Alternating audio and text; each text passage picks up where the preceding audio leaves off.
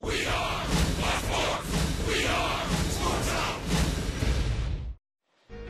The Braves just keep on rolling at home. Last night, Johnny Gomes and Adonis Garcia powered the Atlanta offense. On the mound, Julio Teheran was terrific again. It's time to repeat that winning formula. Tonight for Braves Country, it's the Braves and the Colorado Rockies, game 2 of 3.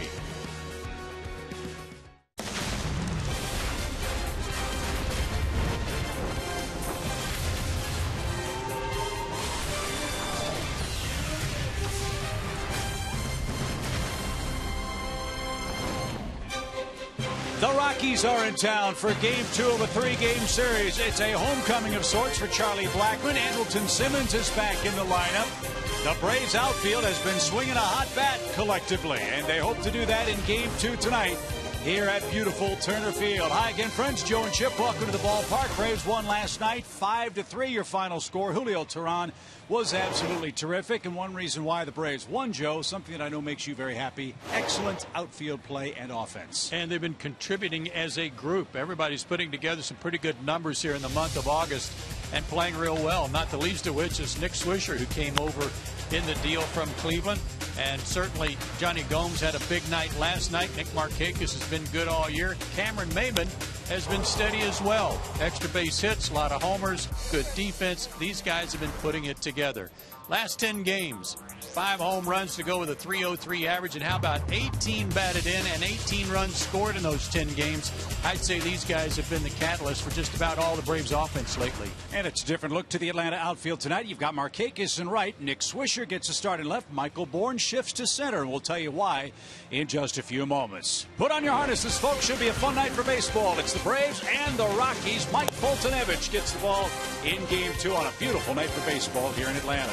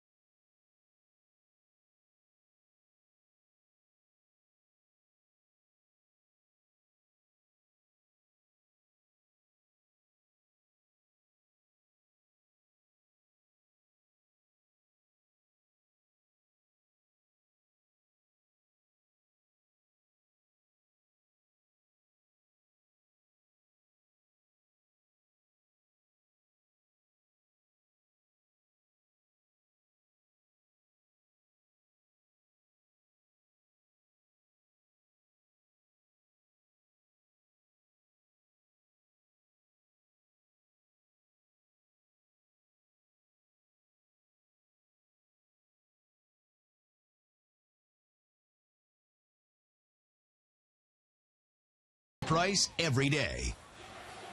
And welcome back to Turner Field. We're just minutes away from Game 2 between the Rockies and the Braves, and Mike Foltynewicz gets the ball for the Braves tonight. And with every start for the young rookie, the Braves continue to find positives in his performance, no matter what the numbers say some nights. In 17 games with the Braves this season, he's averaging a fastball velocity of 95, which is 9th best in the league. He's also averaging 8.2 strikeouts per 9 innings. That's 3rd among NL rookies. He's been challenged this year to learn as he goes, and earlier Foltynewicz assessed where he is at this point in the season. I think I've come a long way, but there's still a long way to go. It's just it's hard learning and competing at this level, doing it all at the same time. It's a little tough, but I really like the challenge, and this is something that everyone has to go through, a learning curve, and just go out there and get better. And even though you're going to have to go through some some tough outings just to get through it, we're all going to have to do that. But I'm excited to just keep going, keep learning, and just going out there and battling my butt off every time. I think I'll get it down and be all right. The battle continues tonight for the young flamethrower in Game 2 against the Rockies. We're minutes away from lineups and first pitch coming at you after the break. Stay with us.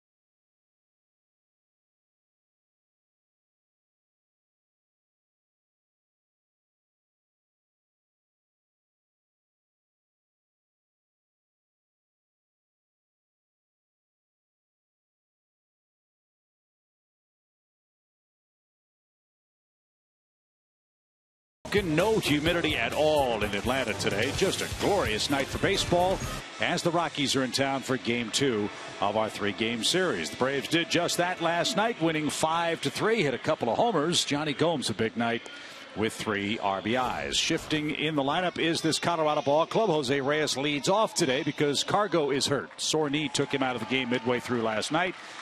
Paulson, Hundley, McBride, Kyle Parker in left. Chad Bettis will pitch, and Mike Foltynewicz will face Walt Weiss's club tonight. He's in his 15th start of the year.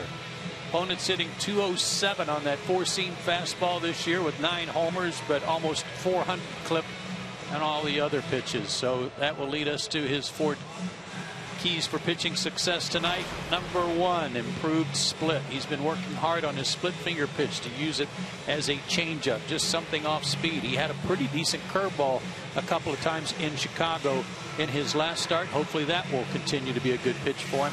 And 6+ innings would be a nice goal for him tonight. Last night we said that Julio needed to go deep in the ball game and save the bullpen. Well, maybe that'll be contagious, and Folty can give the Braves 6+ innings.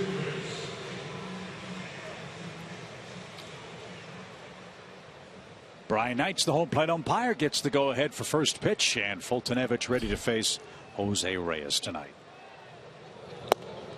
And that's downstairs. 1 ball, no strikes. Reyes was 0 for 4 last night. He batted second for the Rockies and struck out in 1 of his 4 trips.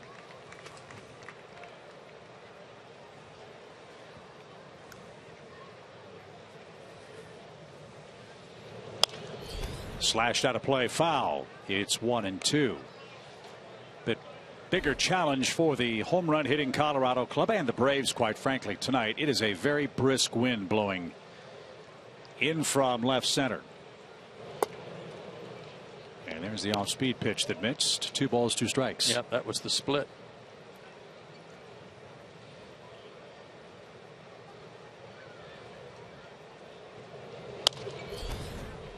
That's into the seats by Reyes. Still 2 balls, 2 strikes. One of the things that's plagued Mike, 107 hits in 81 2/3 innings.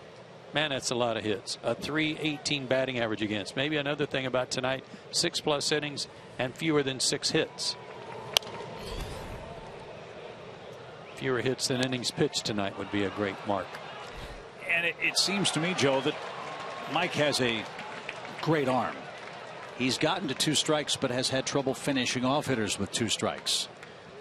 And Reyes has made him work overtime here. This is the 7th pitch, and it's hit in the air to right. Markakis gives ground, and in the sunshine makes the play for the first out. Well, one of the reasons for that, Chip, is his inability to throw his secondary pitches for strikes. And when the hitters know that the only way he can get that last strike is to throw a fastball, they're able to foul it off until they get something better to hit. Per 9 innings, that's a lot of base runners. But I loved what he had to say to Christina about, this is a tough place to learn and learn on the job, but he's working at it and trying to get better. He didn't shy away from it, and I love that. DJ LeMahieu's the Colorado second baseman. He too was hitless last night. And that one right back where it came from, into center field. So LeMahieu aboard with a 1-out hit. And Charlie Blackmon is the batter. As we mentioned last night, LeMahieu, one of the few Rockies who's not affected by leaving Coors Field offensively. Over a .300 batting average on the road. And now .310 for the season. Here's Blackmon. He led off with a home run last night, his 11th leadoff homer in his career. And with Carlos Gonzalez out with a bad knee, Blackmon moves to the number 3 spot on the lineup card with his 15 homers and 49 knocked in.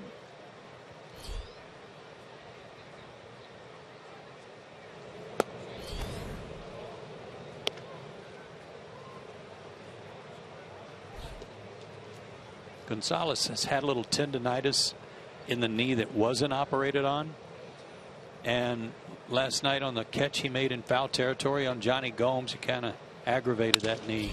In the air toward right center field. That's going to get down. Michael Bourne will play it on a hop. Broken bat hit for Charlie Blackmon. 2 aboard with 1 out.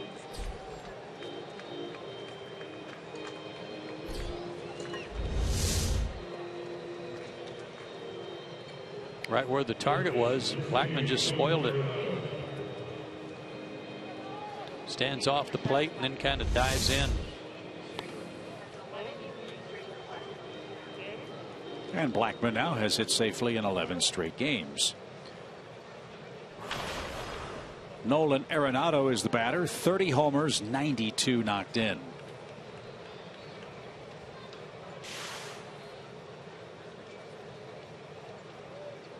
Also made a great play at third base last night.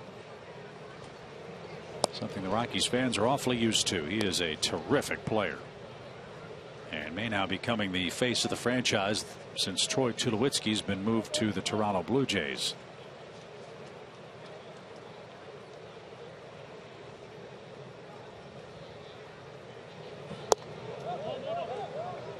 No swing.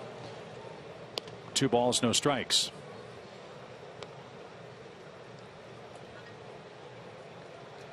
Arenado second in the league in homers behind Bryce Harper and his 31. He's second to Paul Goldschmidt with 92 RBIs. Here's the pitch counts that Fulte needs that secondary pitch to go to. And again, not enough ability yet to throw those breaking balls or the split for a strike 2-0 or 3-1.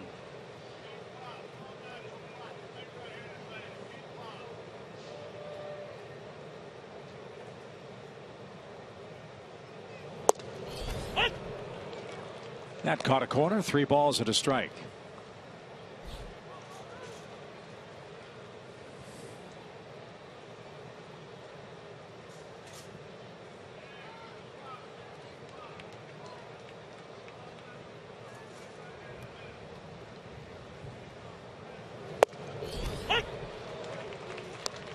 Full count. 96 at 3-0, 97 at 3-1. He can go higher. First baseman Ben Paulson's next.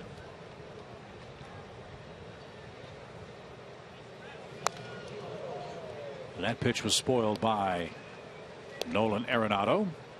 Yeah, I had him out on his front foot though. 3-2 off speed pitch.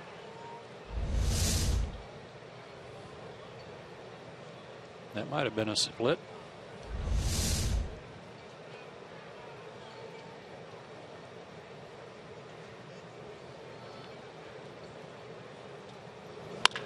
Ground ball third and under the glove of Garcia. LeMahieu around third is going to score. Blackmon on his way to third. He'll stand there, and the Rockies have struck for a first inning run. This happened to Foltynewicz 2 starts ago. I think it was against Arizona on a double play ball that Garcia booted. This would have been a huge play here in the first inning for Mike, but it gets under Garcia and should be an E5.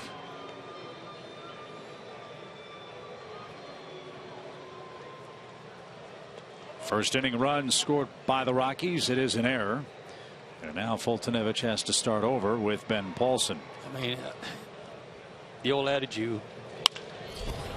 that's walloped to left. Swisher on the run, still going back. He'll make the grab. Blackmon will tag and score. It's 2-0 on a sacrifice fly. The wind kept that in the ballpark. It was really walloped. I agree. That potential double play ball would have gotten him out of the inning. Instead, there's 2 across. If memory serves, in Mike's last start, that was the game in Chicago. Remember, Freddie Gonzalez got kicked out of the game, and Chris Coghlan had a base hit. Anthony Rizzo hit a 3-run homer on consecutive pitches. That scored the first 4 runs of the game for the Cubs. And that was all they needed in a 7-1 victory at Wrigley.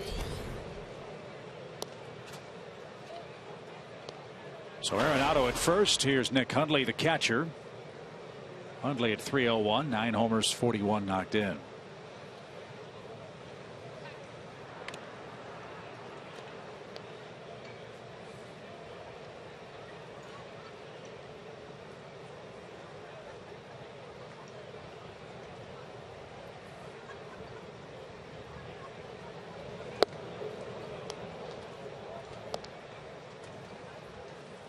$11 runs now in the first inning, and this is 15th start. 1 unearned so far. To short, Simmons handles and flips to second, and that retires the side. 2 runs, 2 hits, a very big error. The Rockies lead by 2.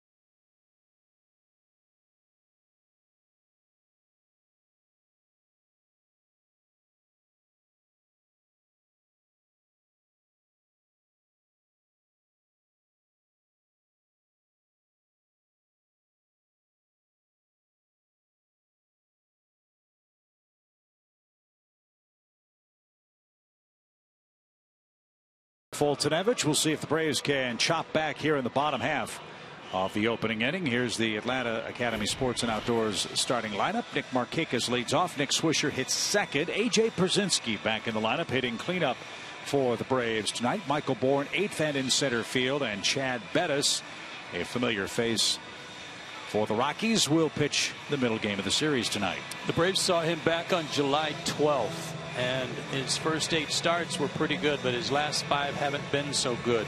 Included in those first 8 was a start against the Braves where he threw a 2-hit shutout against Atlanta for 5 innings, gave up the 3 runs he allowed in the 6th, but he struck out 6 through the first 3 innings. He is 90-94 with his fastball, changeup, curveball, slider, just off the disabled list after having some elbow problems. So we'll see how wild he is tonight.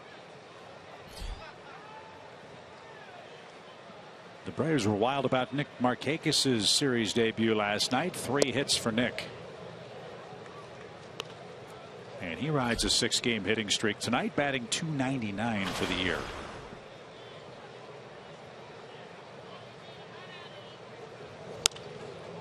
That's fouled away, even count. 1 ball, 1 strike.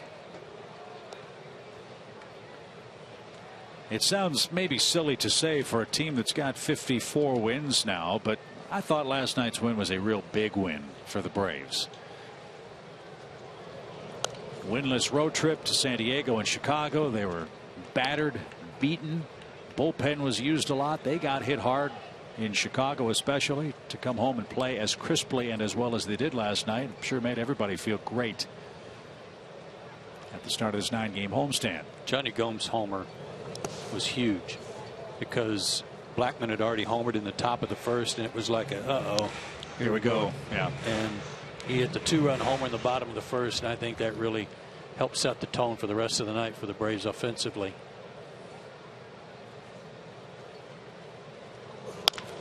Bouncing ball right side, and that's under the glove of Paulson.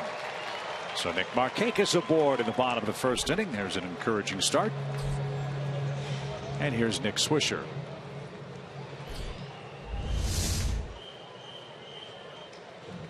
Inner third, able to turn on it. Nick's just doing a great job of hitting the ball wherever it's pitched. Depends on pitch count. Sometimes he'll maybe try to ambush one inside, turn on it. But otherwise, he's happy taking the ball up the middle to left field. That's why he's hitting .300. Hit number 145 for Nick Markakis. So Swisher the batter. Boy, Nick has done a terrific job since coming over from the Indians. He's our Georgia lottery hitting the jackpot. By comparison, there is none. 3-10 for the Braves. 2-8 in 30 games for the Indians. And as Kevin Seitzer said today, his hitting coach, he said he's on a mission. He said he went a few days without playing, and he said he came to me and he said, let's go. He said, we're going to work hard, and I'm not coming out, meaning coming out of the cage, for a while.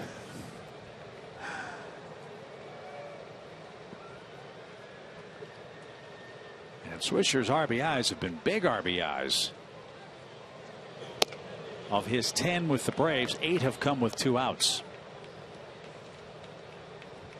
And as you know, with his 2-homer game against Chicago, left-handed and right-handed, he and Mark Teixeira first place all time in number of games where that's happened. He and Tex each with 14 such ball games. Nowhere near even count. 2 balls, 2 strikes. Well, we talked about this a little bit last night, that he likes the ball up and away from him, from both sides of the plate, really. And for them to play him this much to pull with a shift on and pitch him away, that might work out just fine.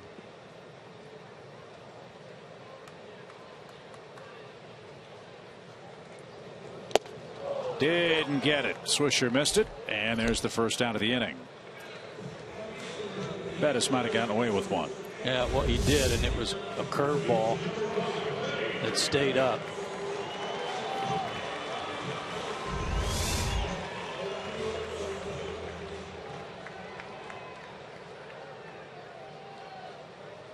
1 on, 1 out for Freddie Freeman. 14 homers, 47 knocked in, and a .281 mark. Didn't get it. Strike one.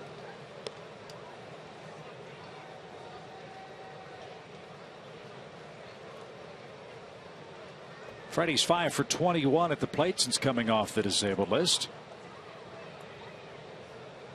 He was 0 for 3 last night.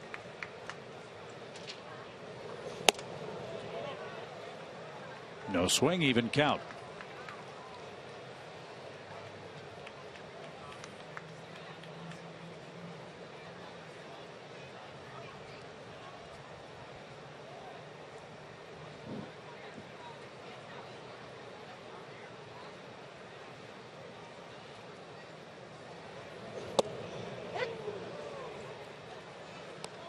One and two.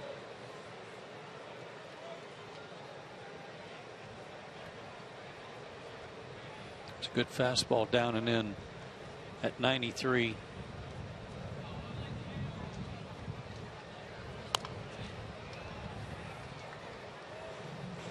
He's walked a lot of guys, 30 walks in 75 innings, including 5 walks in 6 innings against the Braves on July 12th. But 5 and 4 for the year and a .488 ERA. They're just hoping his elbow's okay. And for those who don't like to pay attention to pitchers' wins, as Joe said, he's got 5 of them. How does the team do when Bettis pitches? Well, they've won 8 of his 13 starts.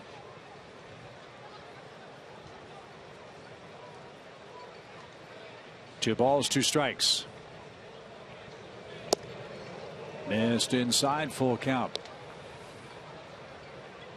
Long look in by Bettis. And maybe he had a reason to. PNC Bank box track shows it caught the bottom part of the zone. Swing and a miss. Hundley's throw to second. Markakis in a rundown now. And Nick will finally be run down by Jose Reyes, and that will end the Atlanta first inning. Couple of strikeouts for Bettis. He enjoys a 2-0 lead as we move to inning number 2.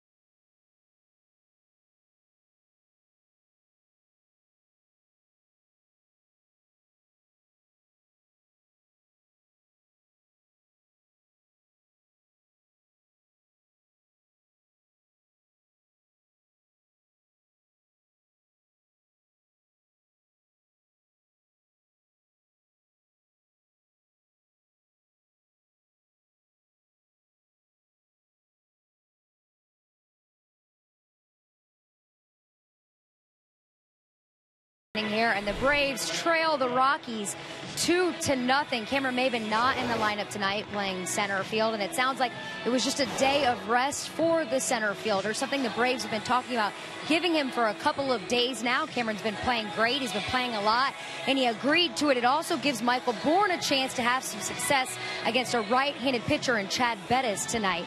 Also, a little bit of a crowded left field for the Braves, which Freddie Gonzalez calls a dynamic in and of itself, trying to get some guys playing time out there. This alleviates that a little bit with Bourne in center tonight, guys. All right, Christina, thank you very much. Good to know there's nothing physically wrong with Cameron. As Matt McBride leads off for the Rockies. He's their right fielder tonight. He's 5 for 24 at the plate with the big league club.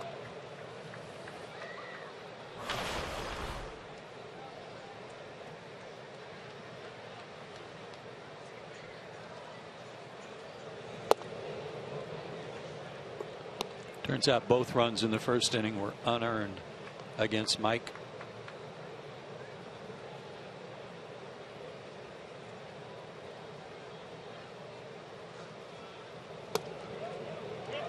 He went around, and McBride will have a 1-1 count. McBride, originally a Cleveland Indians farmhand, played at Lehigh University and was traded to Colorado for Ubaldo Jimenez. He's a catcher by trade, but playing the outfield tonight.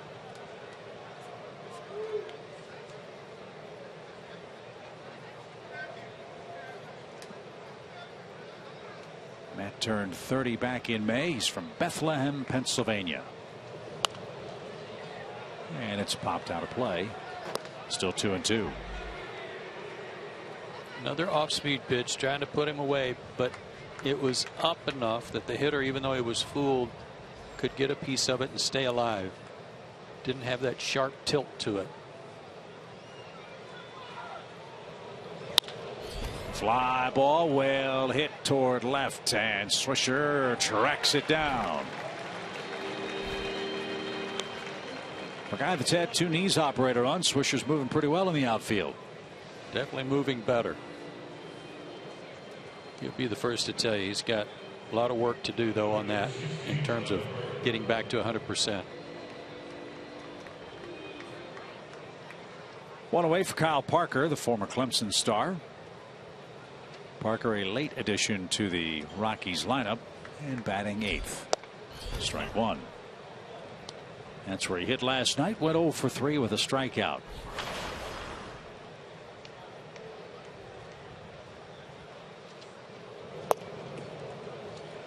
Yeah, Brian Barnes apparently got a hold of some bad grits.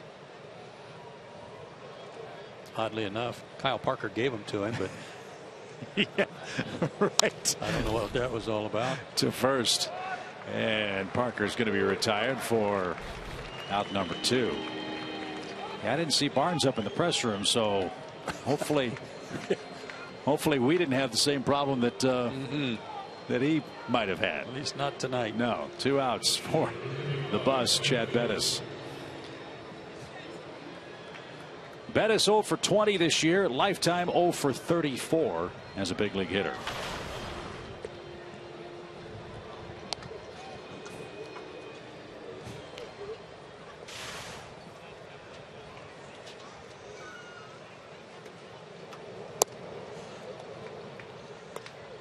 Well, wind's picked up. It's amazing how much stuff those little cups hold. Dave's night was just ruined.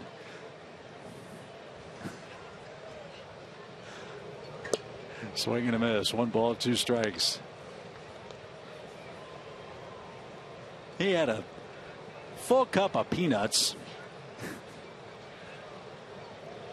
And they are scattered. Oh. How about that? Chad Bettis with his first big league hit on a 2-strike pitch.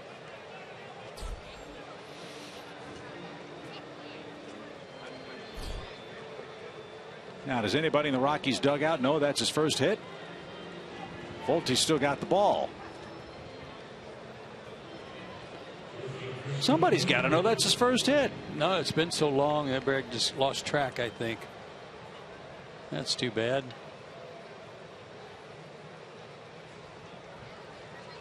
Jose Reyes takes a strike.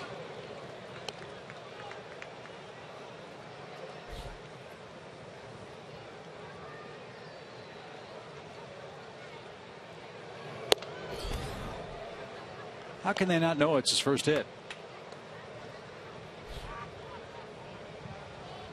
Chip, they don't care. They just don't care. You want me to send someone down there? Is it hurting you? Is it bothering you?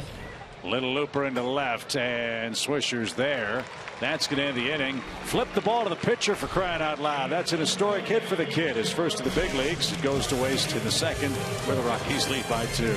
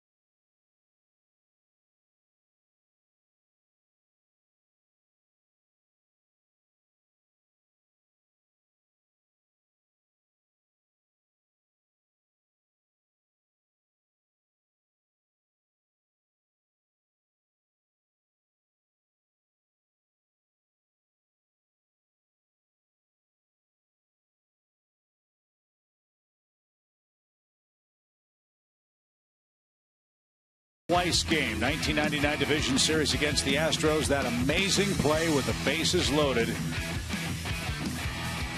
Unbelievable. Crazy throw. Great stretch by Eddie Perez to make sure he kept his foot on the plate to get the out. Tripped Ken Caminiti in the process, but that saved the series right there, that play. Walt could really play some shortstop. 3 seasons with the Braves. He's in his 3rd year as the Rockies manager. He's the 6th manager in the history of the Colorado franchise. Believe it or not, not a single one of them have an overall winning record. Even Clint Hurdle? Nope. Wow. Hurdle has the most wins, 534. But overall, his record below 500 as the manager in Denver.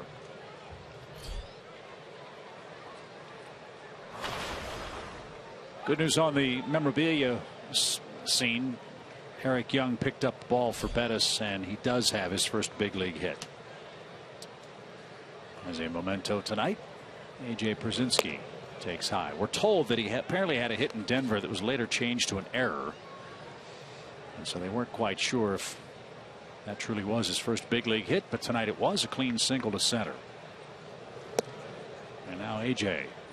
ahead, 2 balls, no strikes. So that ball, that original ball, was an imposter, and now he's got the real thing. Exactly.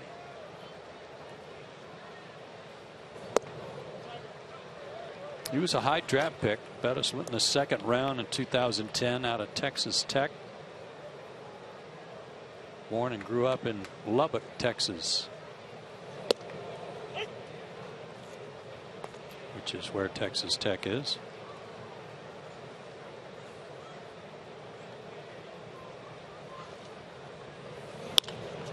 A.J. skies one toward left. The wind's going to push that into the glove of Kyle Parker. There's the first out.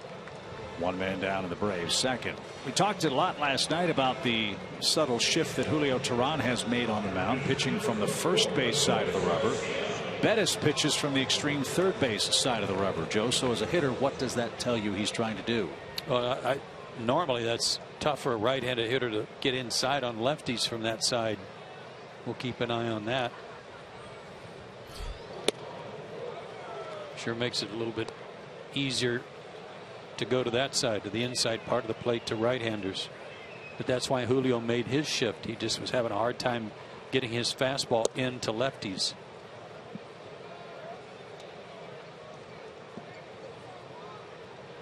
Boy, Julio was awfully good last night again. Win number 9 for him. 3 runs over 7 in the 3rd innings. Gave up a couple of homers and then really buckled down for the Braves. Terrell now 7-1 this year on his home mound.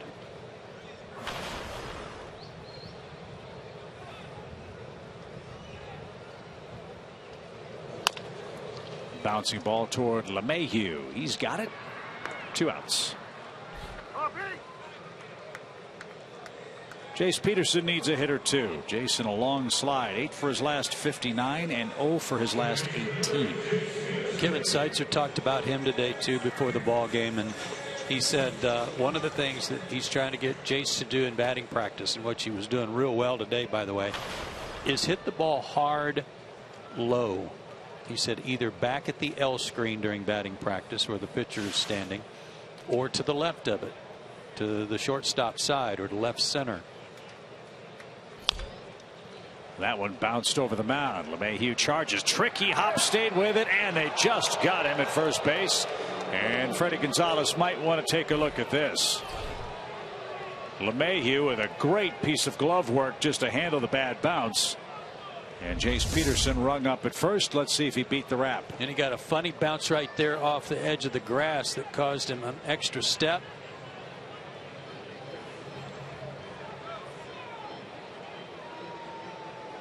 Safe.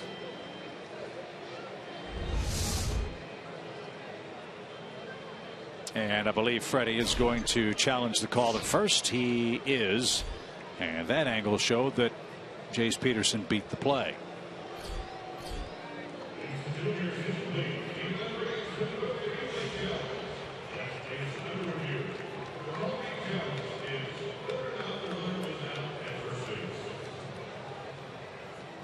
Yeah, that center field shot appeared to be the one.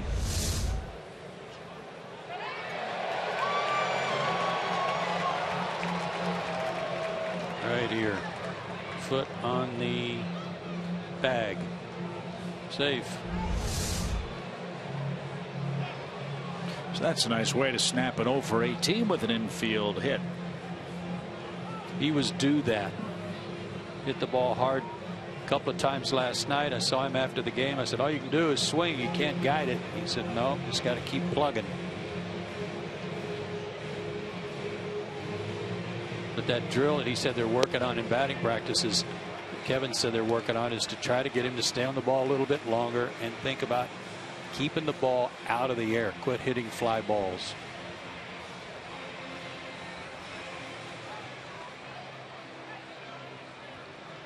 So Peterson awaits his fate, and he is safe. It's an infield hit. The inning stays alive for Simmons. So the call is overturned. And Andrelton's coming up, riding a 3-game hitting streak. He's missed the last couple of games with a balky knee that he injured on a slide at third base in Chicago.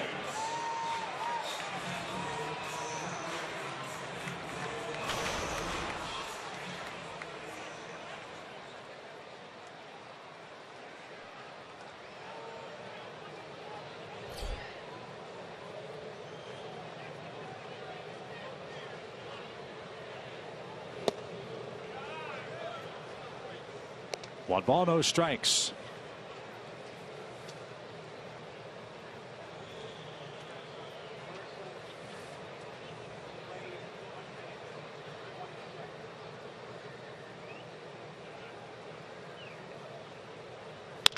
Sharply hit. Oh, what a grab by Arenado, and the throw to first.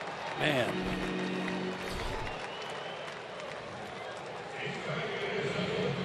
He's a Gold Glover, you know, and he showed why again. Great play last night. Marvelous play here to take away a hit from Andrelton Simmons, and he helps preserve a Rockies lead of 2.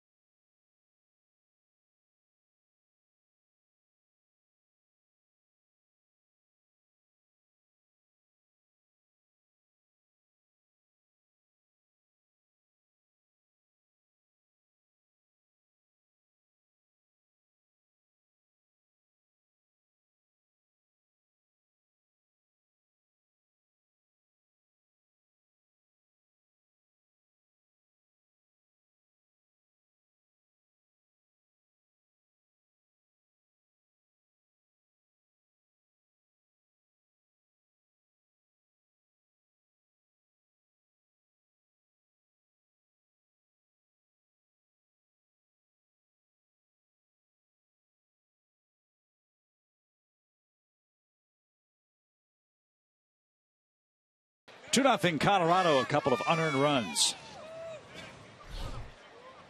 Those came across in the first inning against Mike Foltynewicz. The man that started the rally was DJ LeMahieu. He leads off. And Mike misses high, ball one.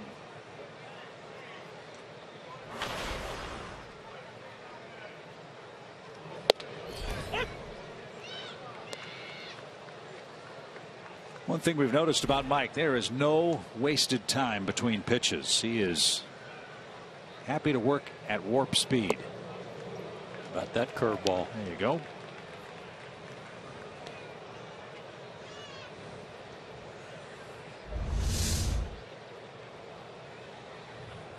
That was like a couple that he threw in Chicago.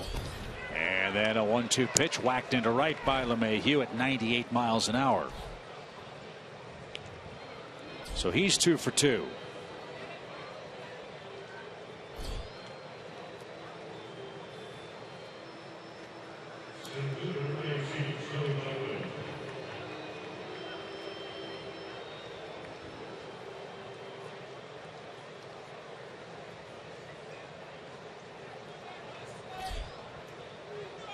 Four hits for the Rockies, all of them singles. Blackman had one in the opening frame.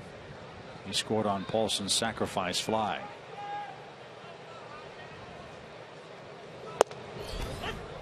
If memory serves, the Braves inquired about Blackman's availability a few years ago when they had Dexter Fowler.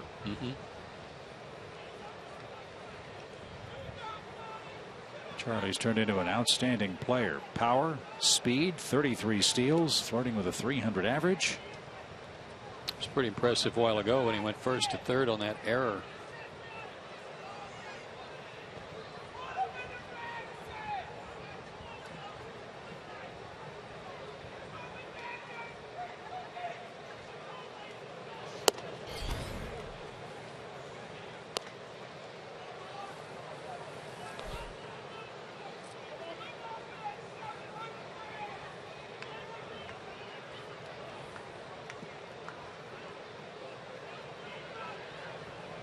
One ball, one strike.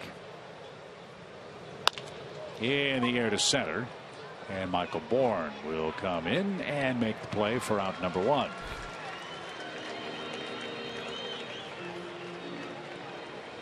His rookie year, Blackman got hurt here. Running the bases, he was going, I think, first to third and rounded second. Messed up his ankle real bad.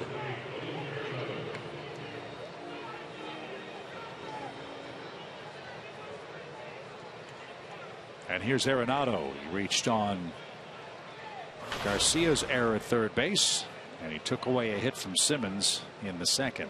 Maybe Andrelton can turn the trick on him. There you go. Swing and a miss. High pitch, 0-1.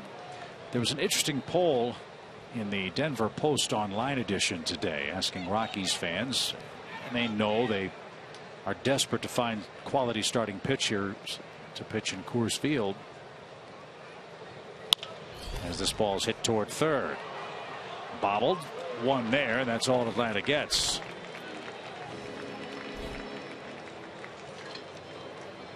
Couple of shots to third that Atlanta can't convert to a double play. They do get the force out. 2 outs in the inning. Yeah, last 2 games have not been good ones defensively for Adonis. This one off the heel of his glove keeps the Braves from being able to turn another double play off the bat of Arenado that would have gotten him out of the inning. Last night, you might remember, he chose to try to field a bunt late in the ball game in the 8th inning that would have rolled foul. That poll in Denver. Rockies fans, who would you rather have? Noah Syndergaard at the Mets or Nolan Arenado at third base for the Rockies?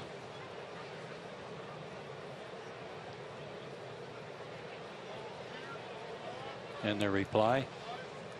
Poll's still ongoing. Oh. I don't have to hesitate. You like the hitter, huh? I'll take the third baseman.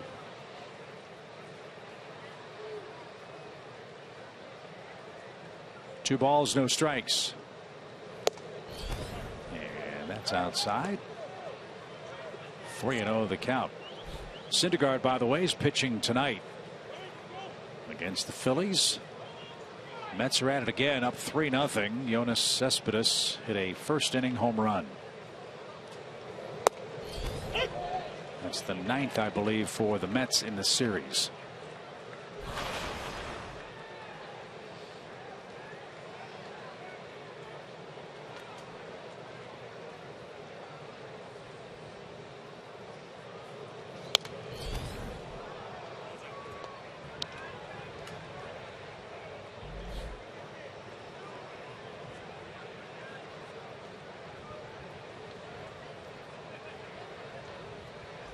With 2 outs, Arenado will get a head start.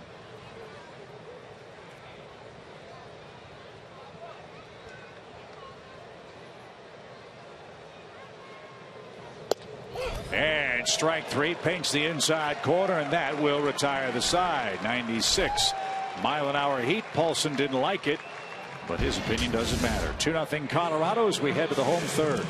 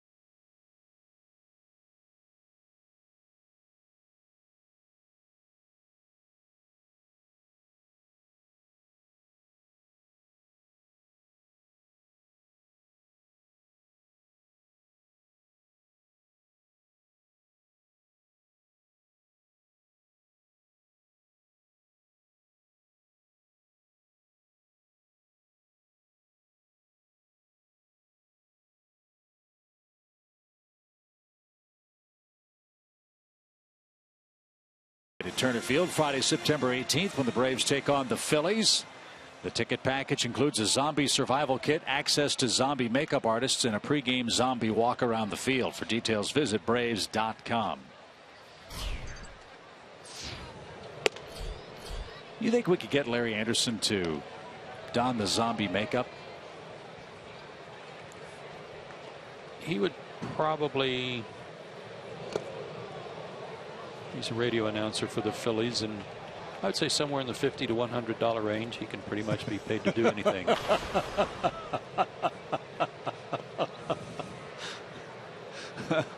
One ball, one strike.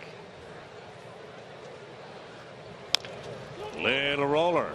Bourne's going to try to outrun the baseball and the first baseman. Couldn't do it. Paulson got him. And there's the first out.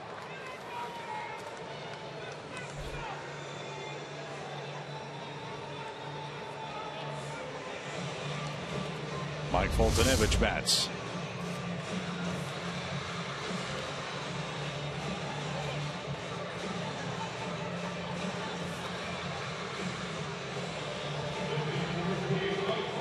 The bus almost got in the way. Mike's 2 for 27 at the plate. He's got 3 RBIs. 2-0 Rockies lead. We're in the third inning. And a strike. Shelby Miller gets the ball here tomorrow night. Off day Thursday. Then the Yankees come to town.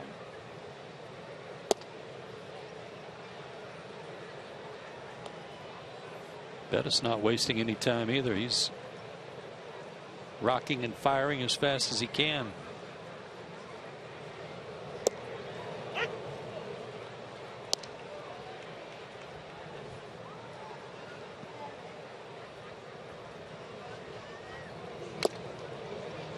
Foltynewicz is down swinging. That's the third strikeout. Breaking ball in made him flinch, then a fastball away. That's not fair to do to your fellow pitcher.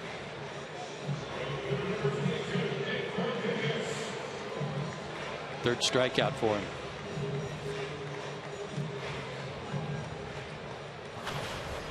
Nick, a first inning single, and then with Freddie Freeman up, he was caught trying to steal. 2-5, 3-6 the put out. Reyes ran him down between first and second.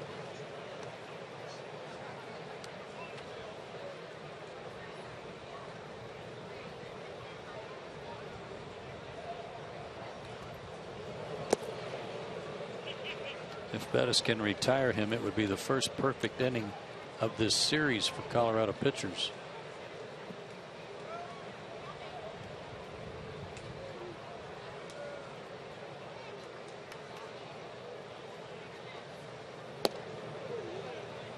I would say the Rockies have to be pleased, though, with what they've seen from Bettis so far after a stint on the disabled list with a right elbow inflammation. And these are important starts for pitchers like Bettis. They know what they've got in De La Rosa, the all-time winningest Rockies pitcher and very tough customer on his home mound. They need to find some other guys to fill in rotation behind him. Johan Flande, who's pitching tomorrow, is a former Braves farmhand. He's got a winning record. John Gray is a young prospect they think highly of, but he's on a very strict pitch limit in his first time up in the big leagues. And Markakis walks with 2 men out. No perfect inning.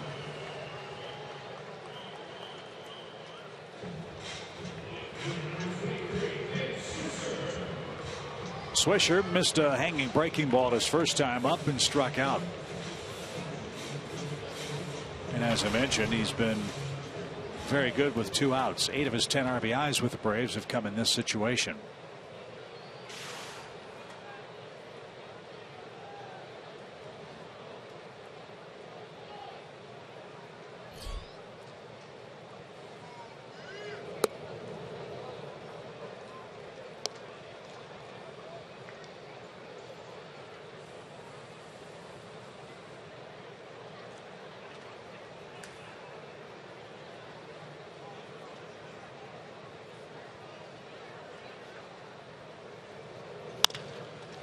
Into the shift. Reyes to his left, bobbled for a moment, but recovered, and that retires the side. No runs, 1 man left. We go to the 4th.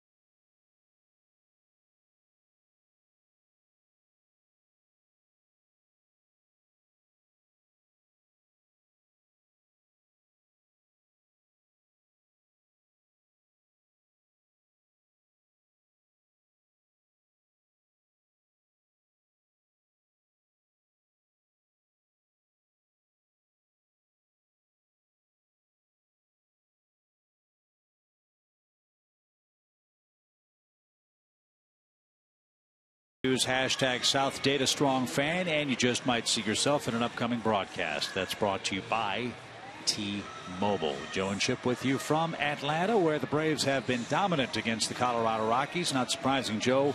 The mystery for the Rockies: how to win away from home. Yeah, their numbers away from home aren't just awful, but here's the difference right here, down here. 5.4 runs per game at home. That covers up a lot of problems when you've got an ERA of almost 5 3/4. So anytime they can score 5+ runs a game, they've got a chance at home. It hasn't happened to them on the road. And it certainly hasn't happened here in Atlanta, where the Rockies are 8-33 in their last 41 games in Atlanta, Georgia. But they're winning tonight. A couple of unearned runs. And that ball's hit toward third, and Garcia can't handle that one.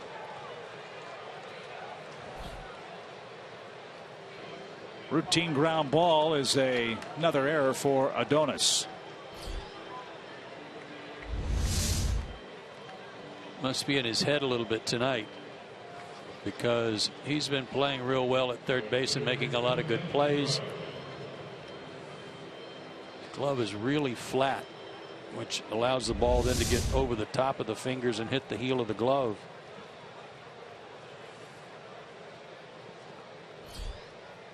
So Mike has not had a whole lot of luck in the first 3 innings tonight.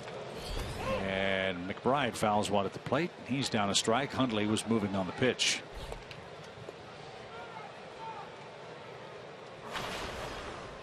First couple of starts, that's something we saw teams do to Fultonevich a lot. They ran almost at will. After that, he cleaned that up in pretty good shape. See how aggressive Nick Hundley is here with nobody out.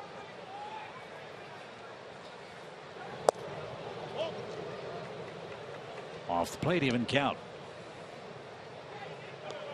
He's changed up some things, you know. He's the slide step, quicker to the plate, mixing it up a little bit has really helped him. It'll be refined as he keeps trying it, working on it. There's the slide. And I think it clipped McBride on the way by. It did. So an error and a hit batsman.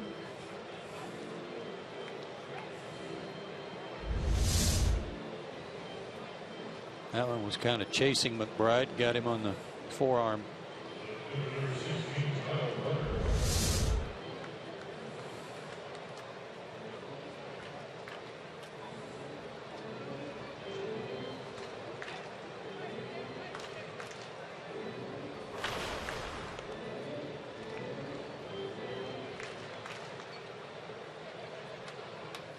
We'll get a ground ball here, then you got the pitcher coming up.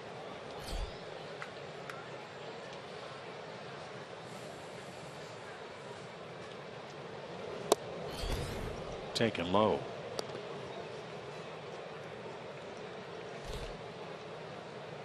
Parker's only had 55 at bats. No double plays yet for him.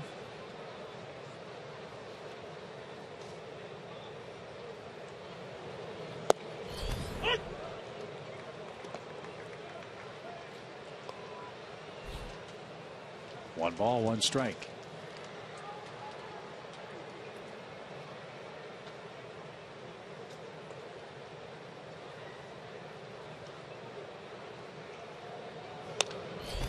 Mentioned last night that he was from Evans High School, and I said something about them always having a pretty good baseball program. Well, that's an understatement. Laser Baker looked it up. State champs in baseball in 88, 89, 90, 93, 94. They've been in the playoffs 25 times in the last 27 years. That is real impressive. Outside. 2 balls, 2 strikes. Sounds like a pretty good coach, pretty good system.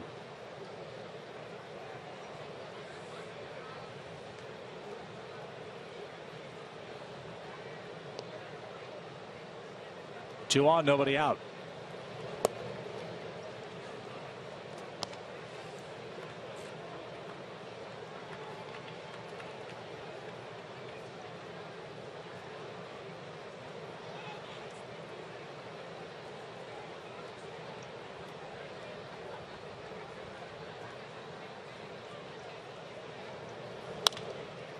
Popped up. The wind's going to push that one into the stands, though.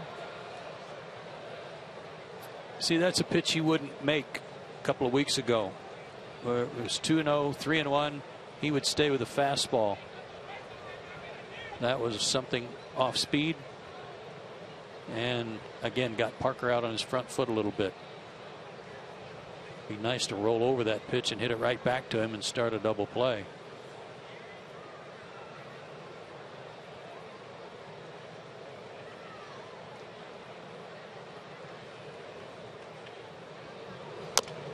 High hopper hit toward third. That is going to be a fair ball. Throw to first in time. Runners advance, second and third, one out.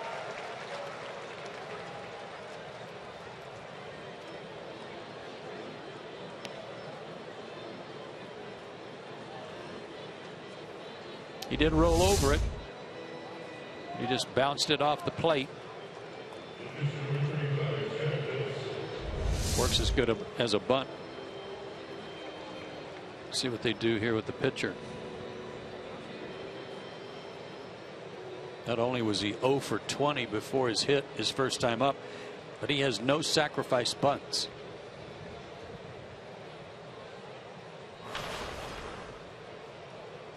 So they may not have a lot of faith in him putting down a squeeze if they tried that.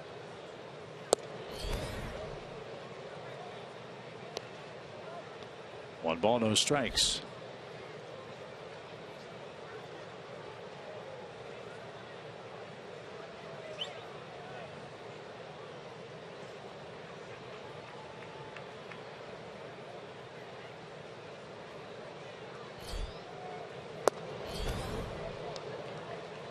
Two 2-0 to the pitcher.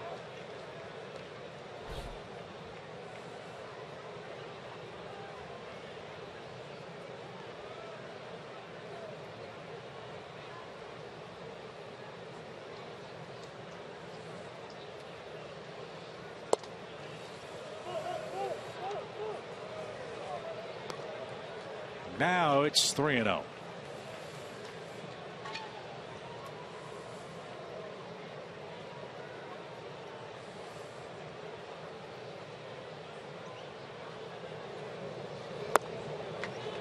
And on 4 straight, Bettis walks to first.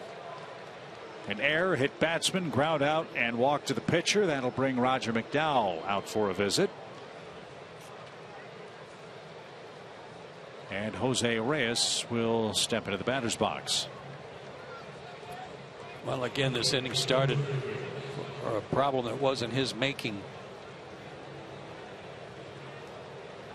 2 hopper to third that wasn't handled and turned into an error.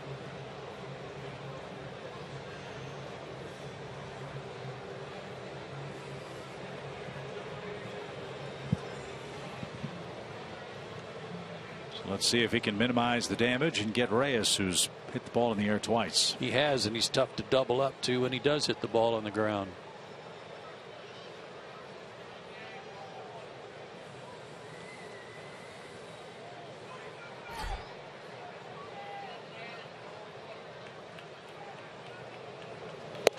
Swing and a miss. Of all the Rockies hitters, Reyes is the man with the most experience swinging the bat here in Atlanta. 306 lifetime at bats in this ballpark. The rest of the Colorado lineup had 159 coming in. Most of that work with the Mets, of course. The 1 pitch. He's way ahead, 0-2.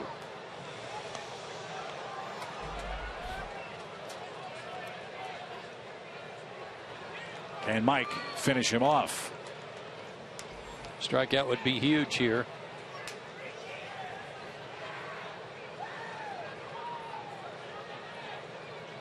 Oh, 2. That's foul past Eric Young.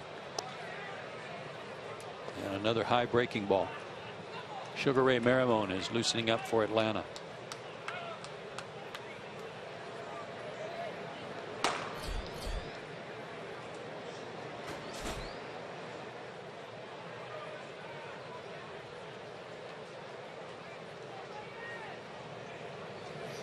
Swing and a miss. Reyes chased a pitch up and out of the strike zone. Biggest pitch of the night for Mike.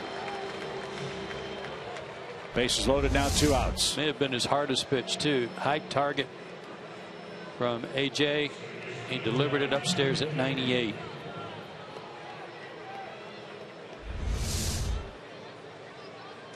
And now you've got to get LeMahieu, who swung late on a 2-strike pitch and served it into right field for a base hit.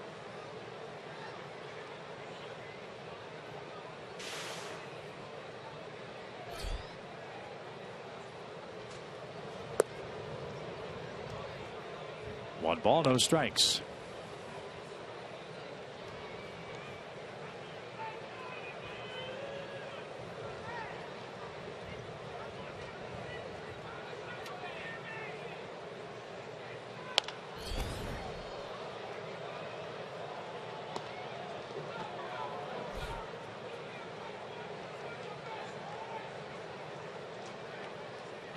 DJ LeMahieu was born in Visalia, California, lives in Bloomfield Hills, Michigan, and played college ball at LSU. They got him from the Cubs. Trade for Ian Stewart. And that's into the seats foul. Look out, folks. 1 ball, 2 strikes.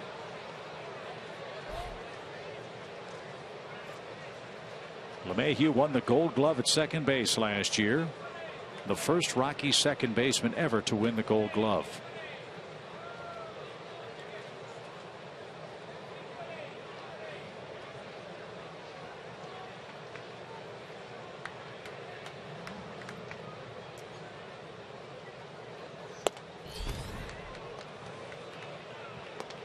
"100 miles an hour, but too high. 2 balls, 2 strikes.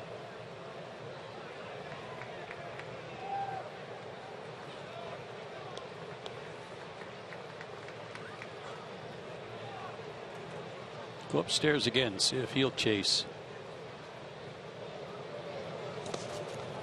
Good block by AJ. But now he's got to throw a strike or he's down at least another run.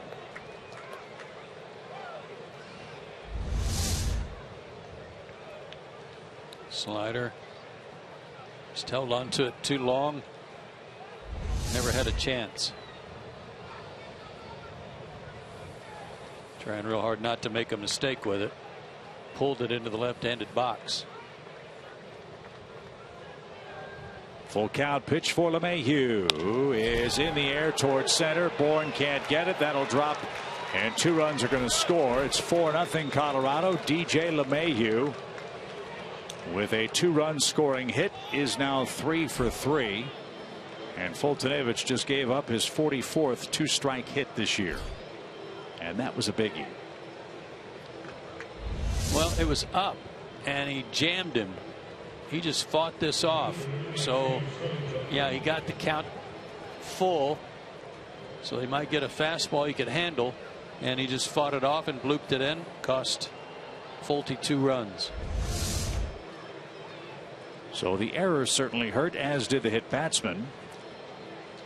Now Rockies runners are at first and third, and Charlie Blackmon's up. 4-0 Rockies lead it.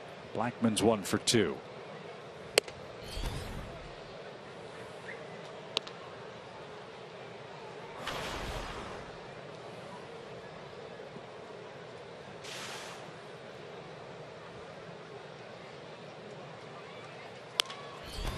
Popped up. AJ never saw it. He was looking for help. He had no idea where the ball was. He was standing at home plate with palms stretched toward the heavens. Never saw it, apparently. I was with AJ. I never saw it. I lost it. I don't think the home plate umpire saw it either. Watch. He's looking in the right direction, but when he didn't see it, he just assumed it went in the seats. I did too. With the wind blowing straight in our face, that's a reasonable guess. Garcia tried to help him out, couldn't get there in time. And Blackmon gets another swing. 1 ball, 1 strike. That one in the seats, no doubt about it. 1-2.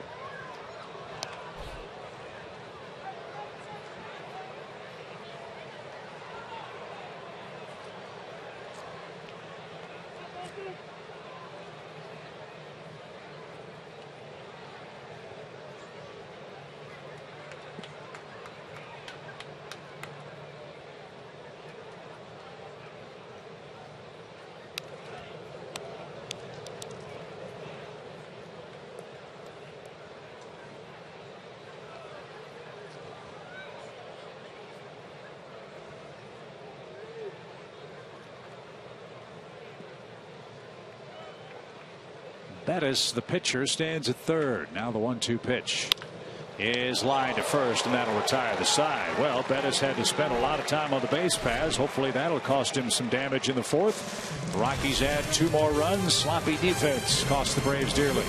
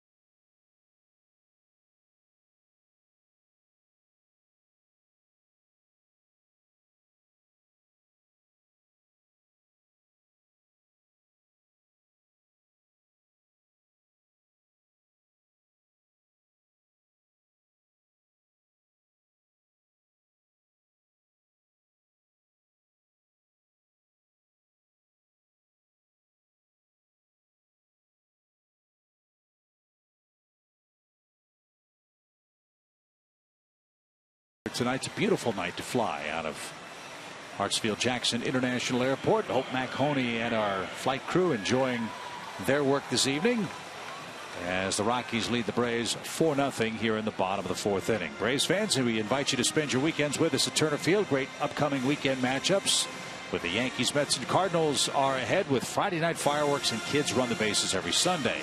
Weekends are perfect times to catch a game. Go to Braves.com/tickets today and plan your visit to Turner Field. Beautiful breezy night in Atlanta where Chad Bettis enjoys a 4-0 lead. 2 costly errors have hurt Mike Foltynewicz tonight.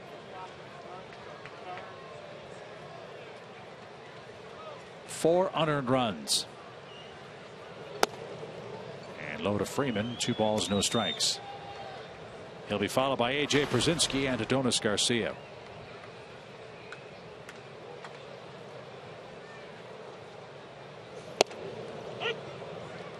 There's some comfort in knowing that all the runs are unearned if you're Mike Foltynewicz, but doesn't ease the pain of being behind 4-0.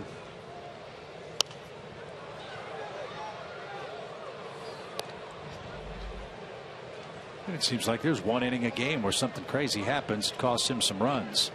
And having to throw a lot of extra pitches. Back to the mound. Bettis speared that and makes the play. 1 down. Freddie's 0 for 2. And here's A.J. Pierzynski. A.J. flat out to left.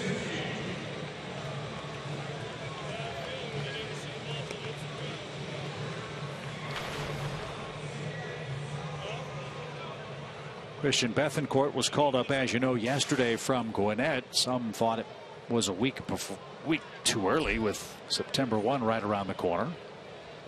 But the Braves want to use that time to evaluate Christian Bethancourt again and see if he can be the guy behind the plate next year and beyond. But the question then becomes, where does that leave A.J. Pierzynski, who you could make the case has been the Braves' most valuable player this year?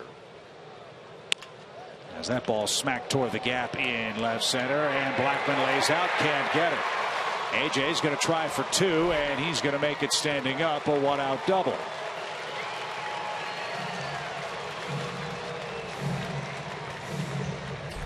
'21 2-base hits for A.J. Pierzynski. Backdoor breaking ball, and he stayed right on it.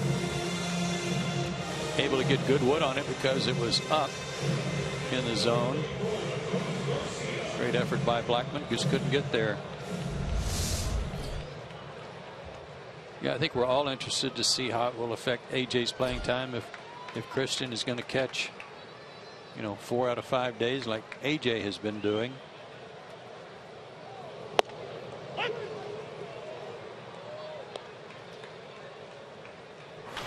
mean, for a team that's struggling to score runs as the Braves have been for most of this year, imagine it's tough to take command hitting 295 or so out of your lineup.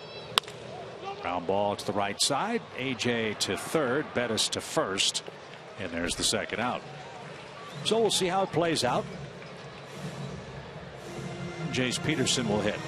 Johan Flande will pitch tomorrow for Colorado. He's left-handed, so I would expect Bethencourt to be back in there.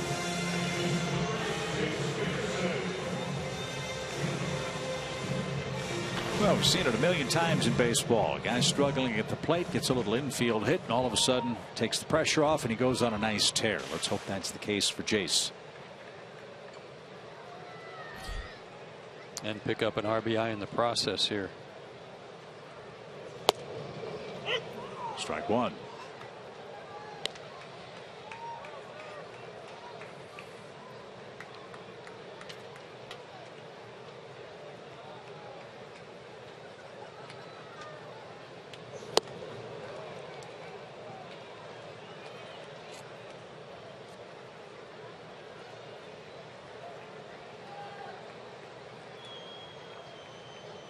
Bettis having a lot better luck against the Braves than he did in his big league debut. He gave up 3 home runs in that game here. Rockies lost the game 11-2 back on August 1st, 2013. Struck out a career high 8 against Atlanta July 12th in Denver. Nice stop by Hundley. 2 balls, 2 strikes.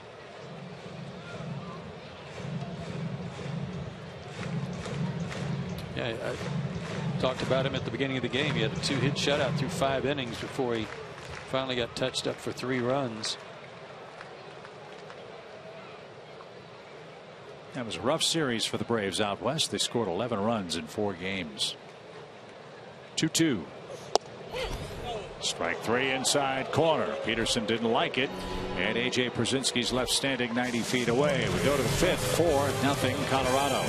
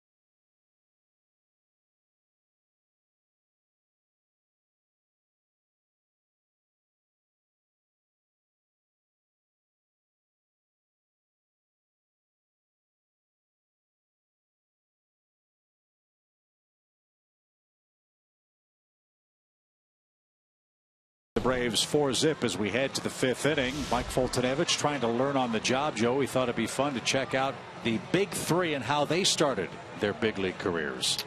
Not so hot, were they? Smoltz 496, Glavine 507, Maddox 551, and coming into the game, Foltynewicz 4-5 with a 606.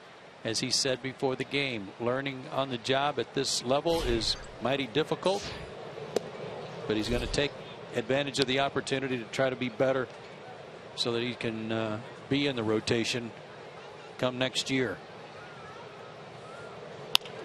Fly ball by Arenado toward left. Swisher should track that down, and he does. There's out number one. I'm sure he's, like all of us, interested in the incremental progress that we hope he continues to make, but moral victories get old after a while, and tonight 4 unearned runs have really cost him. Otherwise he'd be in a scoreless game. Here's what's most important. When you look at these numbers for the year, the most important thing to me is right there. 14 starts. He's getting opportunity. No matter what the other numbers say, no matter how high his walks and hits to innings pitched is, his ERA, 14 starts already. Tonight's 15. And the only way he can get better is by pitching, and we're at a different time and place where the team is battling for a playoff spot. Adonis, buddy, I feel for you tonight because you've been a whole lot better than this. We'll see how that's scored. Paulson's aboard with 1 out. I mean, I don't know what Fulte can do about this. Absolutely nothing. But my point is, another time or place where the team's competing for a playoff spot, he's not going to get 14 starts. Right. He might not get 3 or 4 or 5. Might not get any. He might be in the bullpen. Right. So this is a great opportunity that he's trying to take advantage of.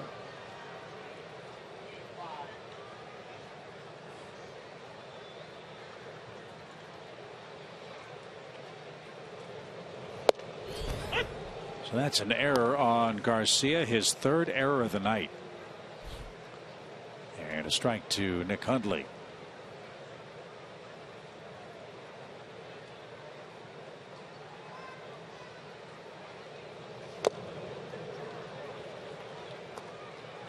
That pitch had some movement to it. 0-2 the count.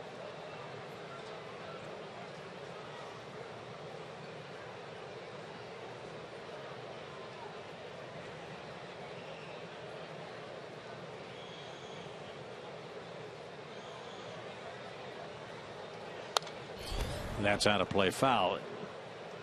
Something you also have to wonder about is the psyche of a young pitcher who's going through what Mike goes through or is going through right now. Can he handle the very hard lessons that teams can and have been delivering? From his pregame comments, you would think that he's up for the challenge. Yeah, I think so.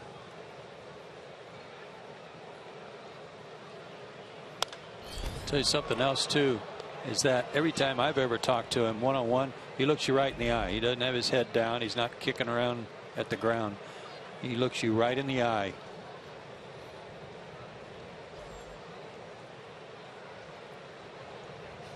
Big, strong guy, still just 23 years old.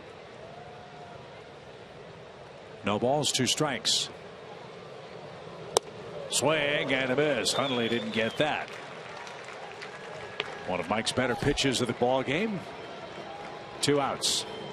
Yeah, he hasn't racked up a ton of strikeouts tonight, but he does have 3 on that breaking ball just off the plate.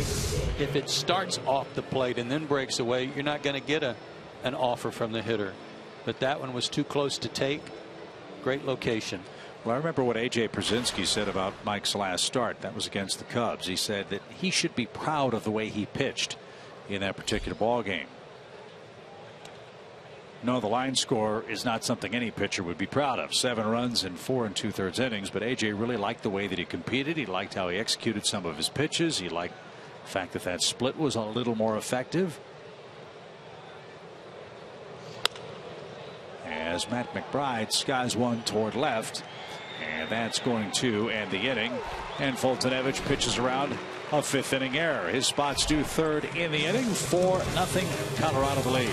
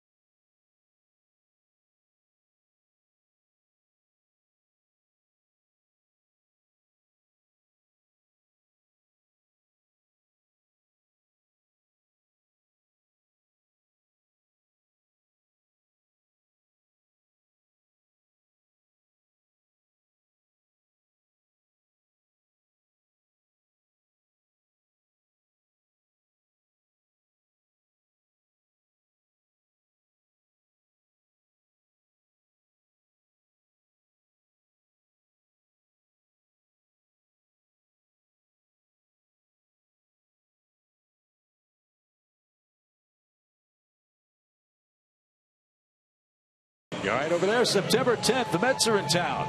First 20,000 fans here at Turner Field will get a Hilton bobblehead doll presented by Grady Hospital. My eardrums need to go to the hospital. Get your tickets today by visiting Braves.com. We had a disturbance in the back of the booth. Really? Uh-oh, that's never a good thing. As Chad Bettis goes to work. Interloper. With the lower part of the order coming up. 4-0 Rockies, 4 unearned runs. Fultonevich due third in the inning. You figure his evening will come to a close. The other side of tonight is the fact that Bettis has got a 3-hit shutout working tonight through 4. And now it's a 4-hit shutout. Leadoff hit for Andrelton, who's got a 4-game streak. And Andrelton got robbed his first time up on that great play by Arenado. But when he beat the Braves back on July 12th, Bettis was coming off the worst start of his career. 2 1/3 innings, 8 hits and 10 runs against the Angels. And then he handled the Braves just fine. Tonight he's pitching after a 2-week stint on the disabled list. So he's been able to harness his control. He's got 4 strikeouts. He's walked only 1 man. And Michael Bourne, the batter, the 8th place hitter for the Braves.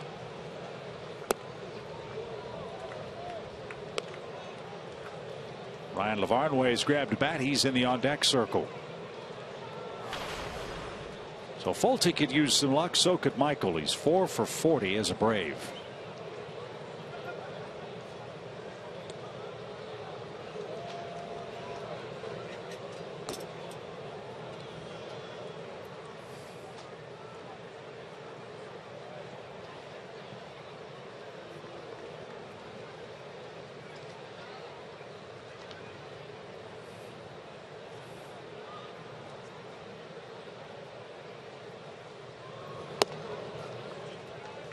Two balls, no strikes.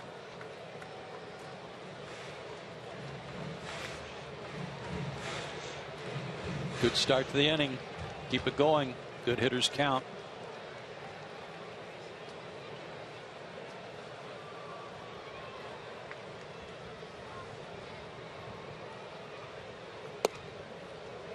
Now we're talking 3-0.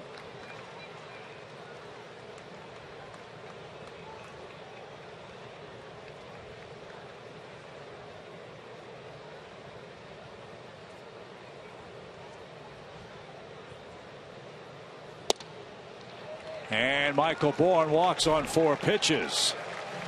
And now Lavarnway will be called back.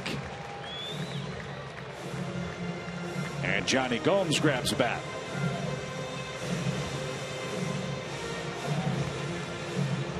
So Fultonevich went 5 innings of 5-hit, 4-run, 0 earned run baseball tonight. 1 walk, 3 strikeouts. Johnny hit a rocket here last night. As Joe mentioned, that came in the home first. How far did he hit that ball?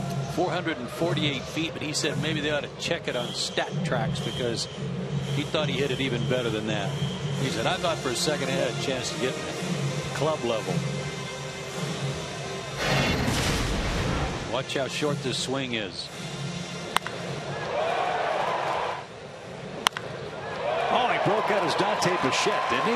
He did a little bit.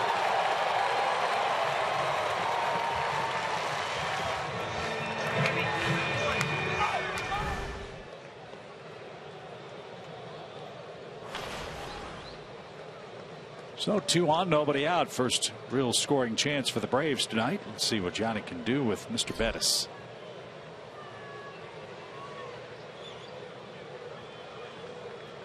And Cundley asks Adam Hamari to move toward first base. And a little low. 1 ball, no strikes. Johnny Gomes with great numbers in his career against the Rockies, including that home run last night and an RBI single last night.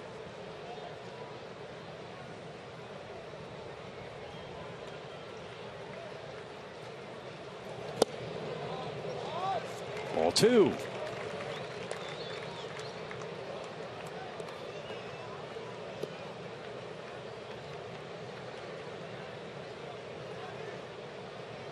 Sugar Ray Maramone is loosening up in the pen.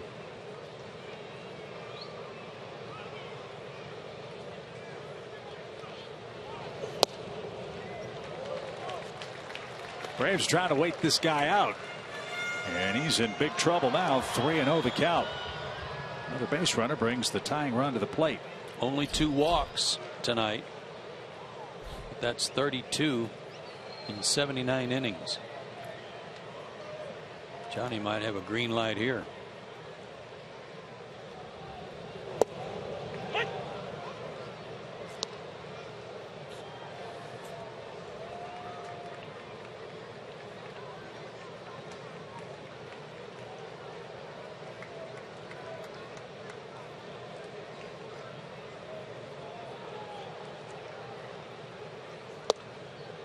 Strike 2, full count.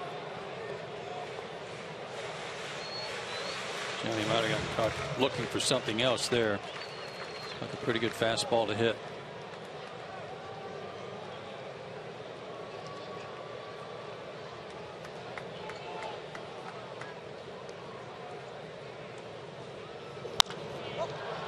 Popped up. Who wants it? It'll be the first baseman Paulson. And Gomes pops out. There's the first out of the inning. Nice recovery for Bettis, who fell behind him. 3 balls, no strikes. So we go back to the top of the order, and Nick Markakis, he has singled and walked. That was kind of odd because LeMahieu and McBride were coming in like they were going to have to make the play all the time. Paulson's camped under it. I guess they wanted to call him off because they thought they'd have a better angle, but LeMahieu kept looking at Paulson, and in fact you see LeMahieu calling for it there. And then he just veered off to get out of the way.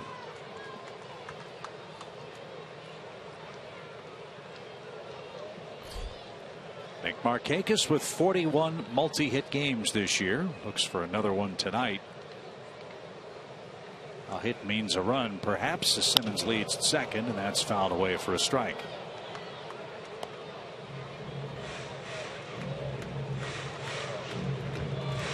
Andrelton, that leadoff single, can't say enough good things about the way he's swinging the bat right now. 2 hard hit balls tonight. Could easily have 2 hits.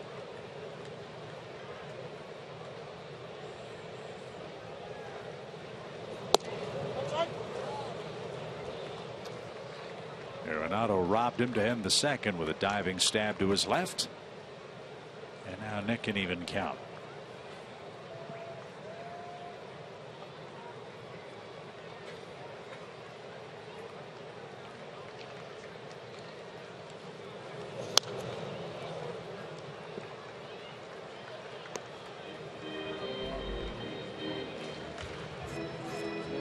Christian Friedrich, who we saw last night, is loosening up in a hurry for the Rockies in their pen.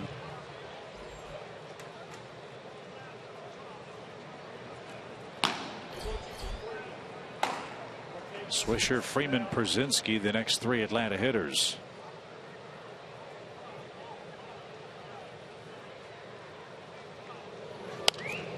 And that's out of play, foul again. 1 ball, 2 strikes. Phillies lead the Mets 4-3 in the bottom of the 5th inning. Nationals have overcome a 2-0 deficit. They lead 3-2 over the Padres, also in the home 5th. Alex Wood and the Dodgers lead Cincinnati 3-0 in the bottom of the 5th. Miami 2-1 over the Pirates. That game's in the 6th inning at Marlins Park. Here it's 4-0 Rockies. Pitch. Markakis fouled it back. We play the Yankees this weekend. They're losing 8-0 at home to Houston tonight. Well, they had quite a game last night, though. Yankees won it 1-0 in the bottom of the 9th. Yankees and Toronto tied for first in the AL East. Toronto's in Texas and trails by a run. Good stop by Hundley. Rangers 2, Toronto 1. Texas looks like a different ball club since they've acquired Cole Hamels. The Rangers only 3.5 games behind Houston in the AL West. And Texas 4.5 back in the wild card. The other guy in that deal, Jake Diekman. Boy, has he made an impression too for Texas. Kind of the forgotten guy in the deal, but he's good. Broken bat. Markakis will get another and stays alive 2-2. Well, if you've got Mike Maddox as your pitching coach, any issues that a guy might have in changing teams, how nice is it to be able to entrust that young player into his great coaching skills? Yeah, Mike's real good. I wouldn't be surprised to see him manage in the near future.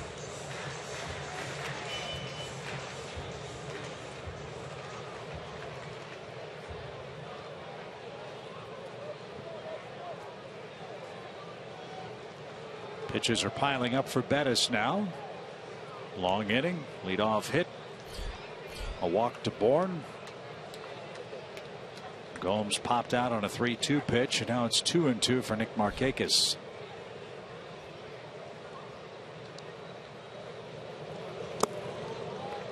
And another deep count. It's almost like they're trying to get Nick to hit the ball on the ground. They want to double play ball, get out of the inning. He's already thrown more pitches, as you saw this inning, than any other. But in the process, now they've gone full, and their chances of making a mistake are getting larger, especially if he needs to throw a strike here.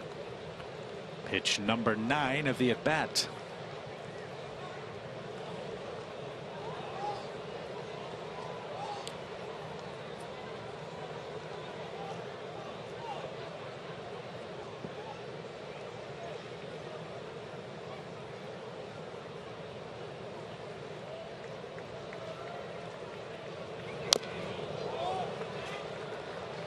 Even spoiled that backdoor breaking ball.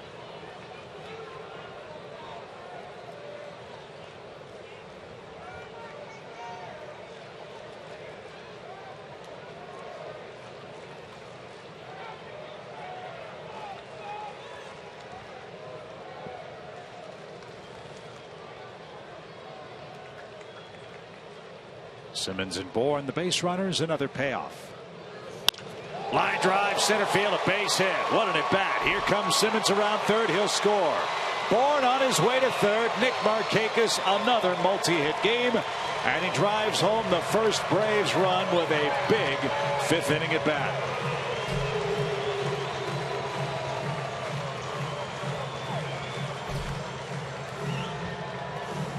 Ho hum, 2 hits a night.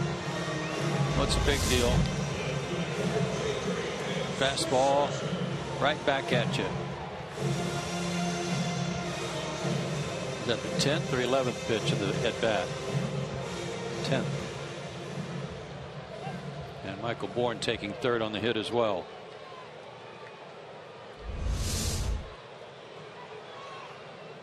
So Nick Swisher is 0 for 2. He has struck out. He has grounded out. Just keep first to thirding him.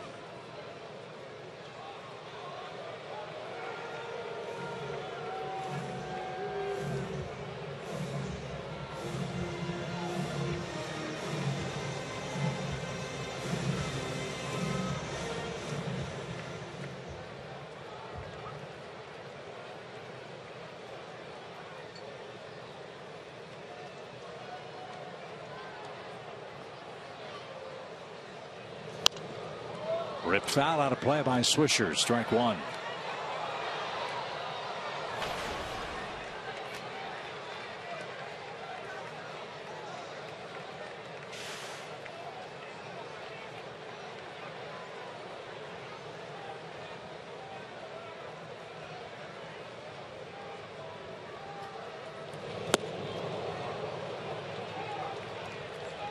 This pitch he got him on in the first inning.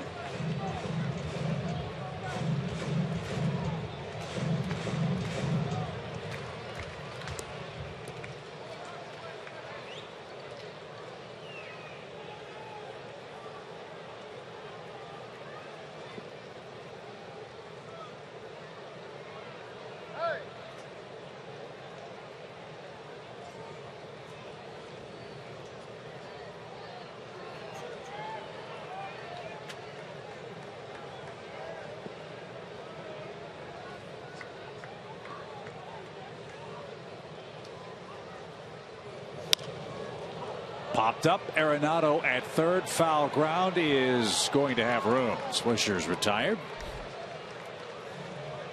2 are out, and Freddie Freeman is coming up.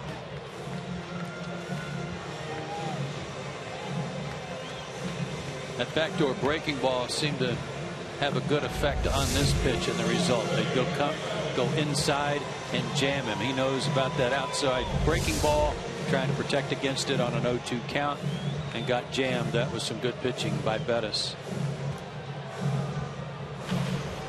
Well, the chance for Bettis to get a win tonight may come down to the outcome of this sequence. Another left-handed bat on deck. A.J. Przinsky. If he doesn't get Freeman, might see Friedrich for Przinsky. He's got to pitch 5 with the lead to win it. Strike 1.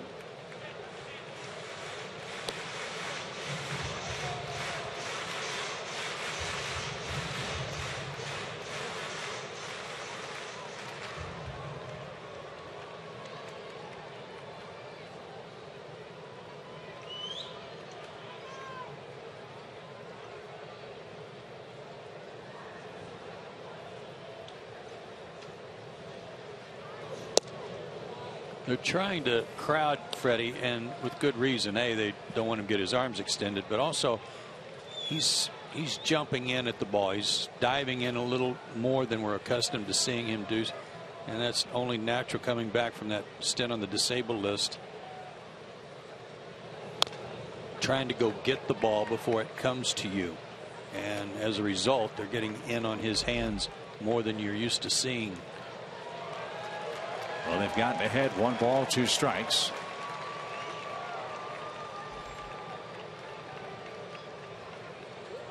Atlanta has him first and third, 2 outs, home 5th.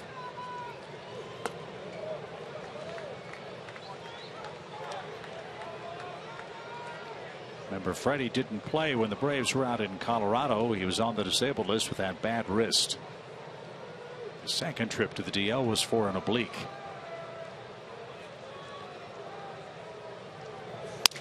Broken bat, tricky hop. Paulson got it. It bounced right back to his bare hand. And Freddie Freeman of the Braves settled for 1 in the 5th inning. Bettis has qualified for the victory. Rockies lead now 4-1 as we move to inning number 6 here in Atlanta. Lucky hop.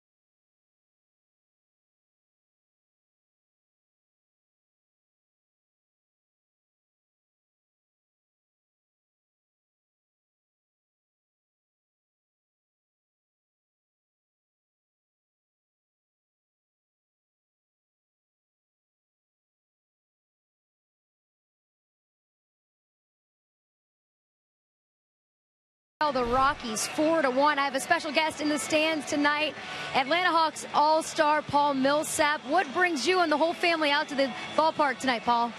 Well, I got a few family members in town. My grandfather being one, and he loves baseball, so decided to bring everybody out tonight. You recently made the decision to re-sign with the Hawks and spend the foreseeable future here in Atlanta. Tell us a little bit about what went into that decision. It's everything, everything about Atlanta. It's a great place. The team, the chemistry that we have. you know, I didn't want to miss out on that. You know, Atlanta's on the uprise as far as the city and the team. So, you know, I want to be a part of that. Got a good feeling about the upcoming season? Oh, a great feeling about it. Great feeling about it. You know, we got our fans behind us now, so it should be a good one. All right, and of course, fans are excited as well, and you can catch coverage all season long on Fox Sports Southeast. Back to you guys. All right, Christina, thanks. Great to see Paul here at the ball game. And Sugar Ray Marimon takes over for Mike Fultonevich. We've seen Sugar Ray a couple of times with Big League Club.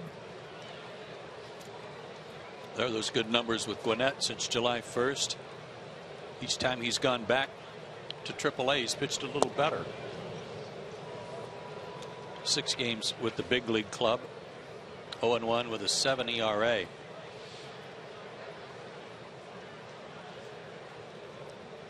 Kyle Parker, the batter for the Rockies, and takes a strike. Speaking of AAA, Brian Snitker and his staff at Gwinnett have had a great year. When you think of all the changes we've seen with the Big League Club, that impacts Gwinnett quite obviously.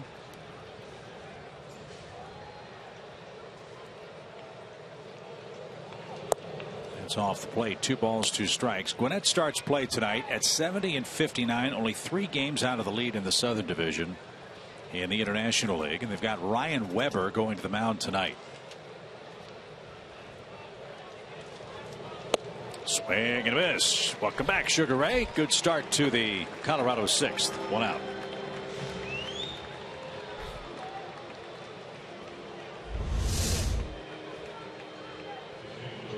Nice comeback. Good fastball. It's Chris Rusin. Yeah. Pitcher for the Rockies.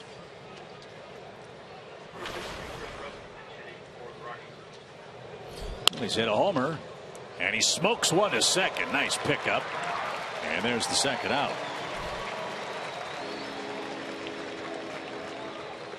Two up, 2 down.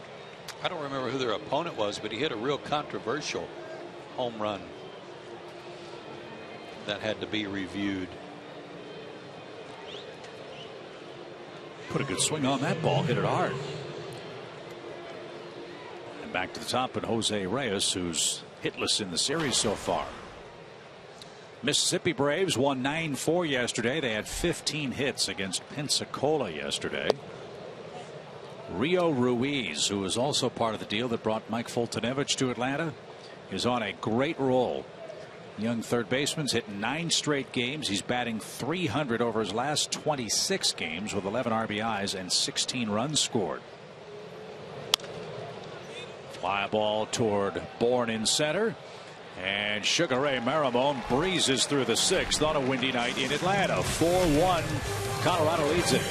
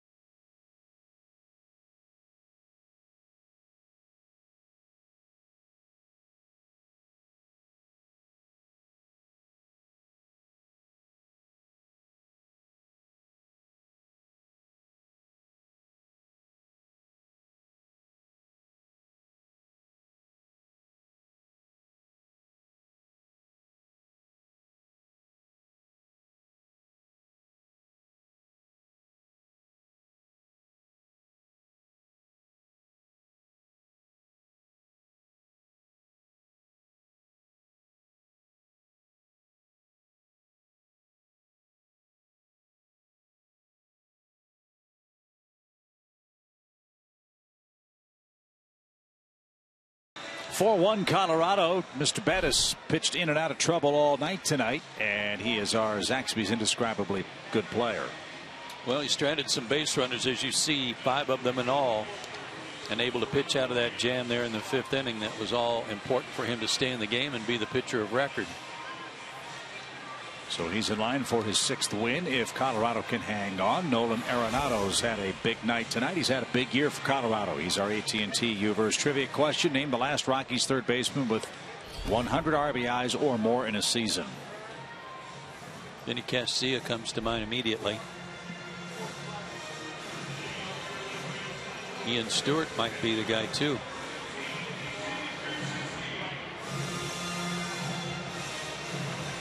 So we'll think about that a while.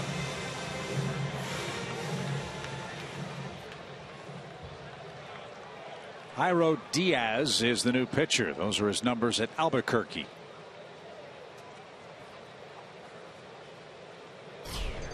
They got him from the Angels. Throws hard. Mid to upper 90s with a slider. Colorado traded Josh Rutledge to get Diaz, and AJ skies one towards center, and Blackmon a good running catch. Anything hit in the air is going to be pushed to the right side of the diamond tonight, and Blackmon had to come charging in to make the play, and he did for out number 1.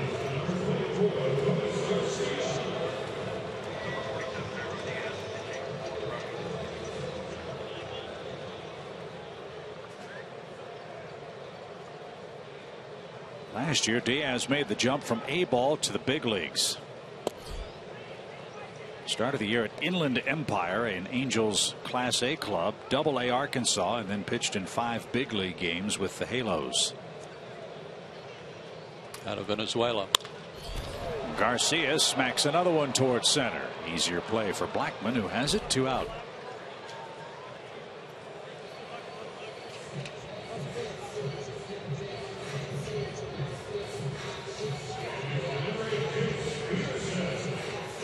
An infield hit and strikeout for Jace tonight. He's 1 for 2. We're in the 6th. 4-1 Rockies lead in game 2 of the series.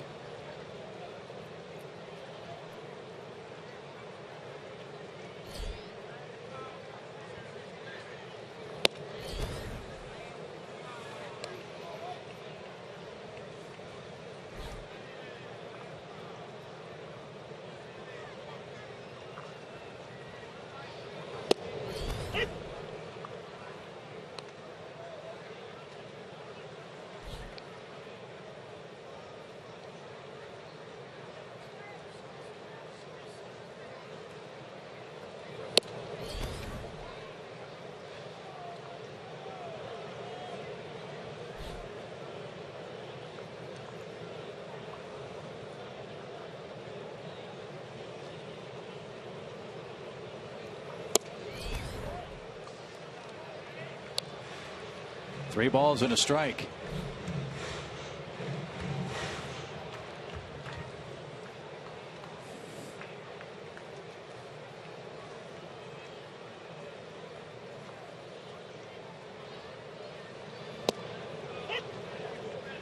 Full count.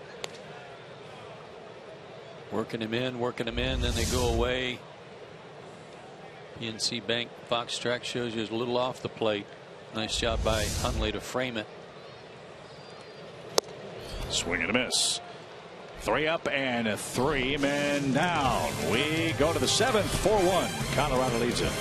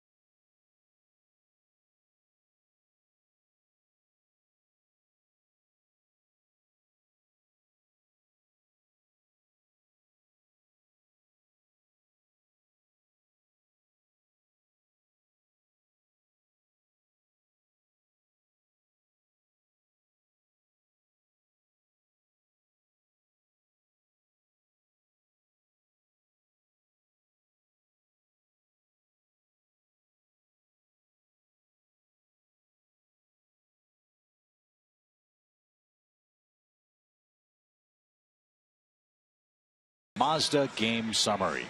Nick Markakis doing his thing again. He's been on base 3 times, 2 hits and a walk. Mike Foltynewicz victimized by 4 unearned runs that are the difference in the ball game tonight. DJ LeMahieu's had a big night, and Chad Bettis was the beneficiary of all those unearned runs. He right now is the pitcher of record for Colorado.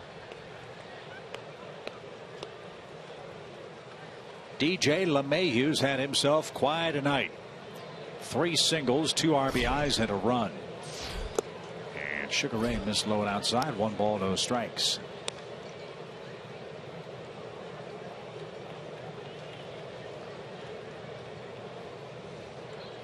Three of the 4 3-hit game leaders play in the National League West. Driven to right, Markakis retreats and makes the play, 1 out. Big games out west a little later on tonight in the National League. You got the Cardinals and the Diamondbacks. Arizona has crept to within 5.5, I believe it is, of the division lead out there.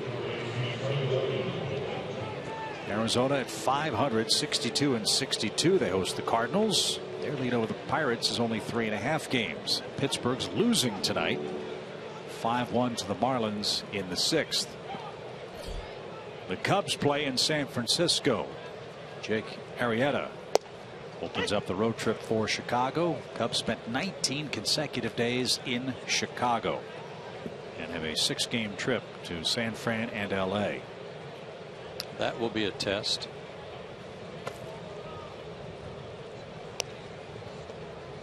Clayton Kershaw the other day said it's time for the Dodgers to play with a little sense of panic or urgency, as they are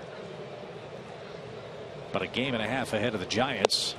Well, maybe they've heeded the call tonight. They lead the Reds 5-0 behind Alex Wood. Did he really say panic? That was a term he used. Yeah, a little bit of panic is what he said, and then he sort of amended it and said, well, maybe not panic, but urgency.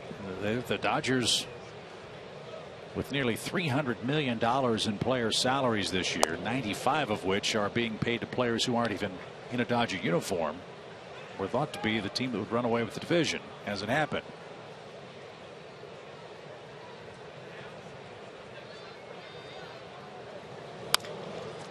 Blackmon to short, and a very good start for Sugar Ray Maramon. 5 up, 5 down for him. And next up is Nolan Arenado.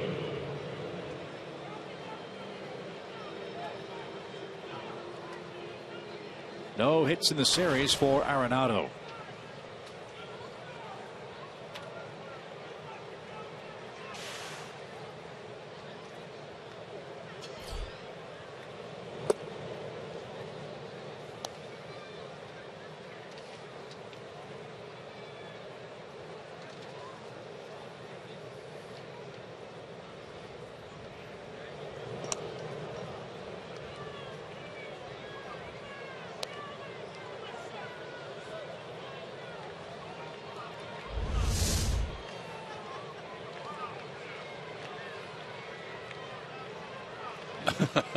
Good job, AJ.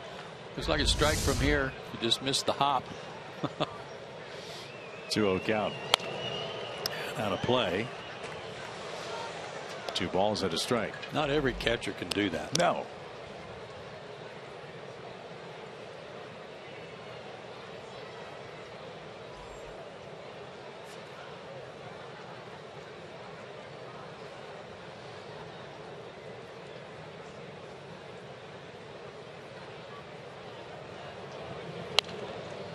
That's back to the screen by Arenado. 2 balls, 2 strikes. Seems to me, my recollection is that back in the early days of the game, the catchers were all so-called one-hop catchers. They stood far enough back away from home plate that they would catch the toss from the pitcher on 1 hop. And the pitchers didn't throw from 60 feet. They threw a lot closer than that. 2 balls, 2 strikes. Swing and a miss. Arenado is retired, and Maramon threw 2 perfect innings in relief of Mike Foltynewicz. Very impressive work.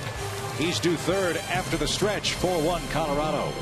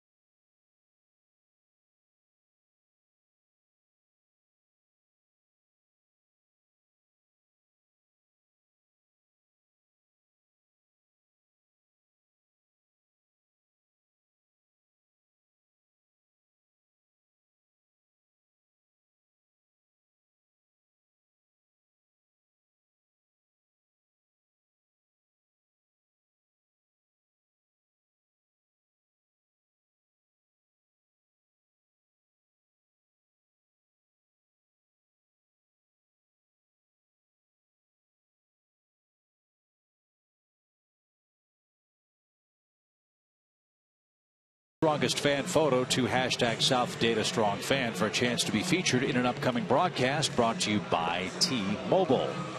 How about that picture? Was that a wedding picture, you think? All decked out with their Braves shirts on? Looked like it. So that's a great photo.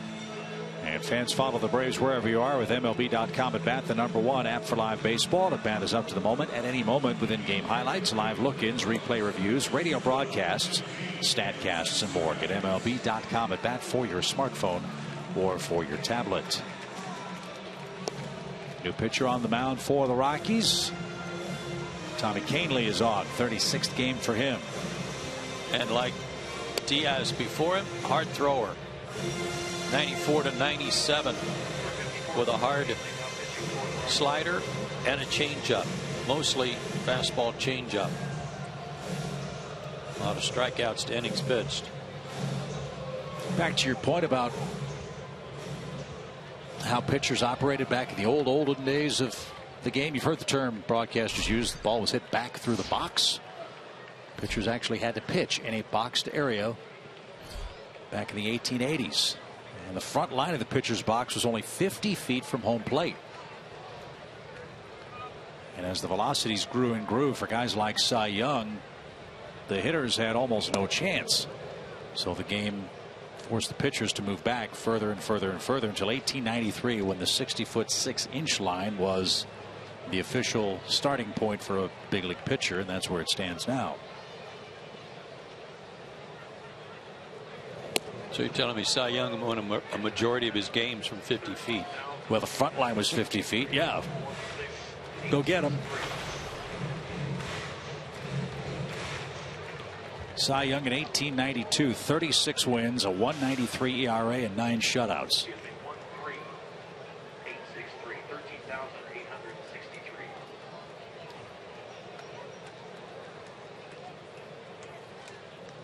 $13,863 the official attendance as Simmons backed away, and that pitch called a strike. 2-1. Some kind of trick pitch if that dropped in there. And it didn't. Change up.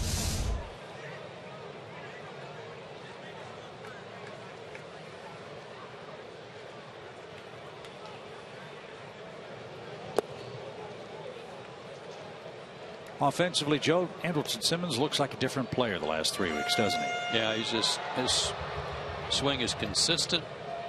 He's using the whole field, and he is hitting the ball sharply. Not a lot of lazy fly ball outs, not a lot of pop-ups.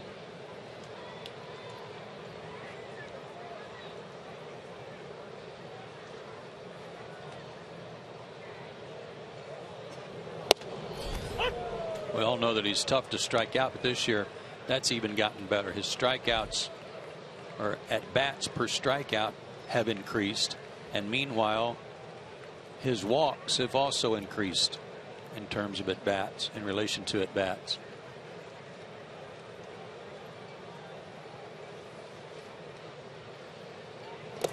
And he earns a leadoff walk. There's a start for the Braves in the 7th.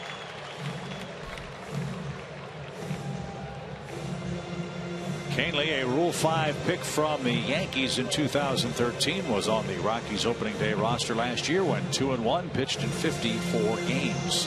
A big arm.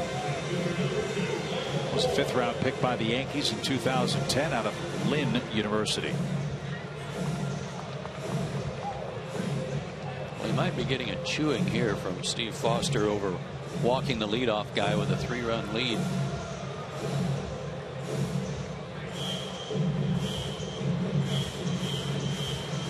Braves Live follows us. We're in the 7th. 4-1 Rockies lead. Bourne is 0 for 1 with a walk. That's how the rally started in the 5th that produced the Braves' only run. Christian Friedrich is back up.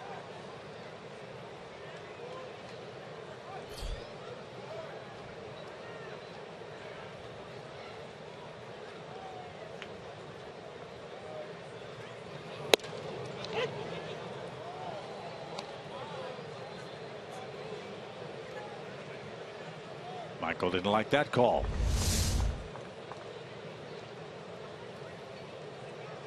Top of the zone.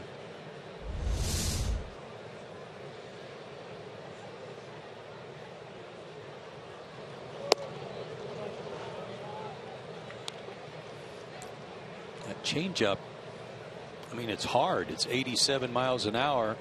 Kind of turns it over.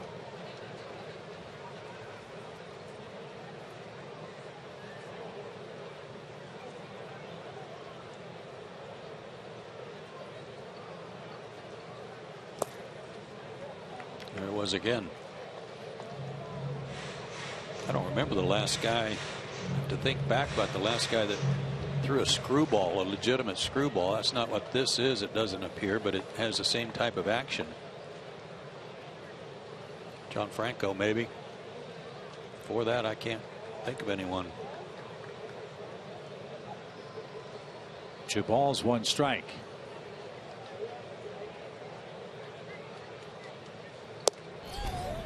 That's taken low. 3-1.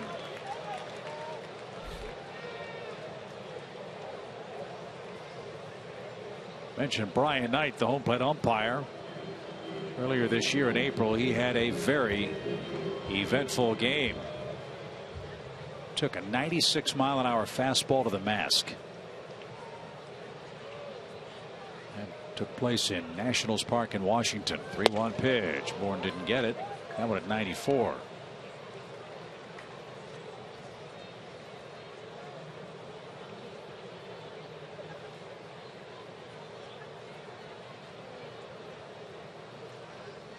That seems to be kind of a common occurrence for A.J. Pierzynski, but he's been dodging those bullets lately on those foul tips. Downstairs, back-to-back walks in the 7th. Canely looked around like he thought that was a strike. PNC Bank, Fox Tracks, right down there at the bottom of the zone. He could easily have gotten that call and didn't. So Pedro Siriaco is going to come up. Interesting note on Pedro Siriaco. He's played in 61 games. He has 116 at-bats. He has not walked yet. He's 10 for 31 as a pinch hitter with 5 runs batted in.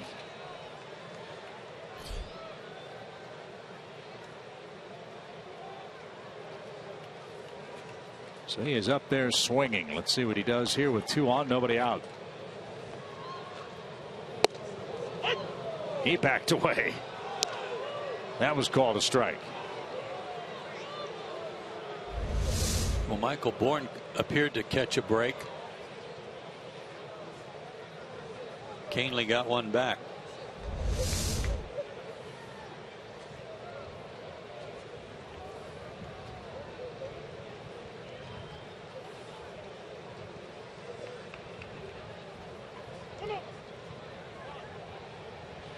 Pedro taking a lot of time.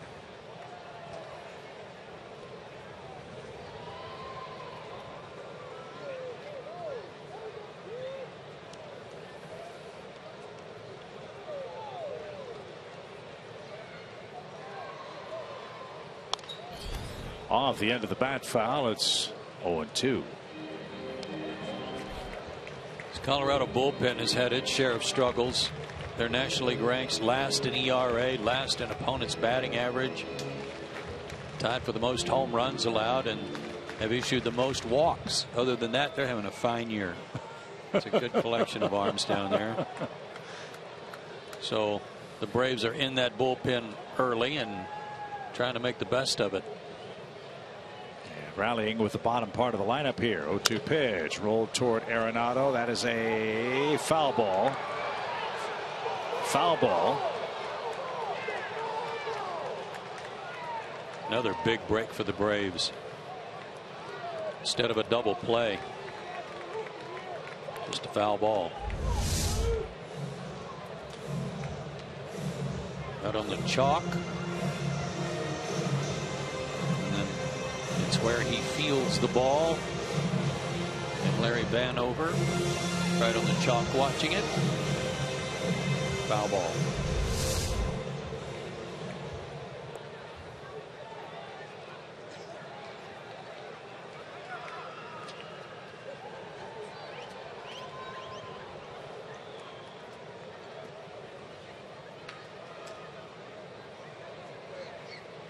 Again, an 0-2 pitch.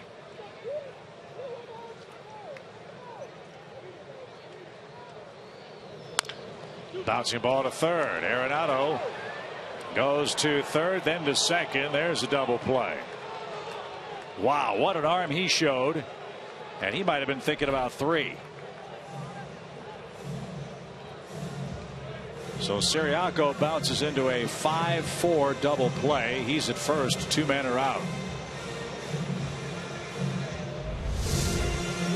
That's a big time double play to take the starch out of a possible big inning. And you're right, LeMahieu is ready to try to make it 3.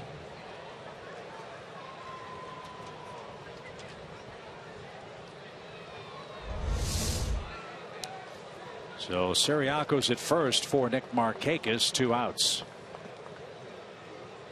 Canely can continue. Nick's had a perfect night. 2 singles, an RBI, and a walk.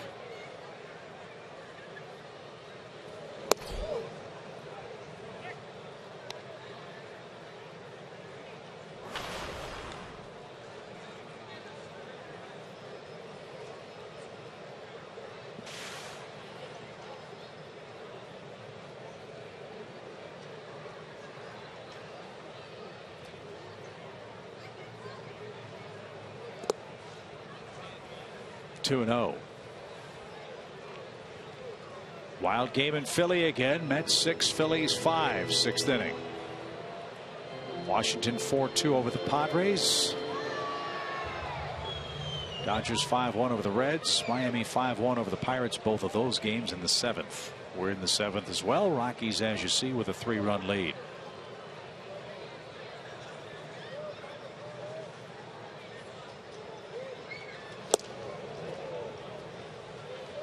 Three and 0.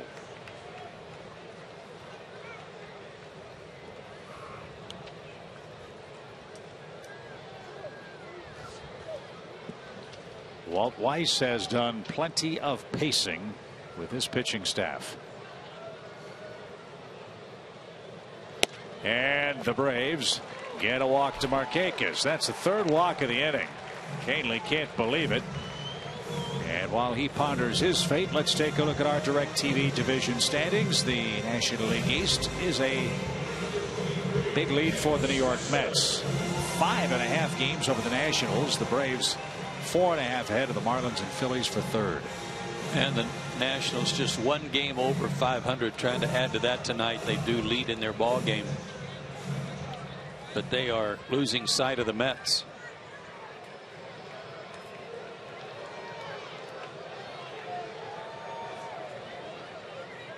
Let's see if Swisher can park one here and tie the ball game in the 7th.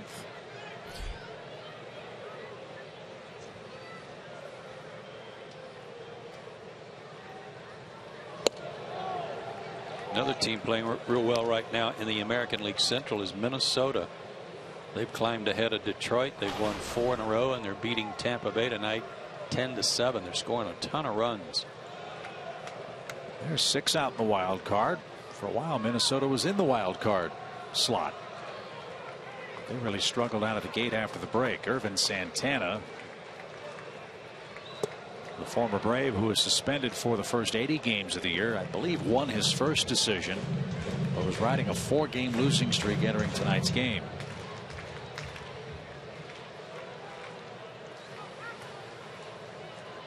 And if Minnesota were to somehow make the playoffs, Santana would not be eligible because of that suspension. 1-1 pitch. Caught a corner, 1-2.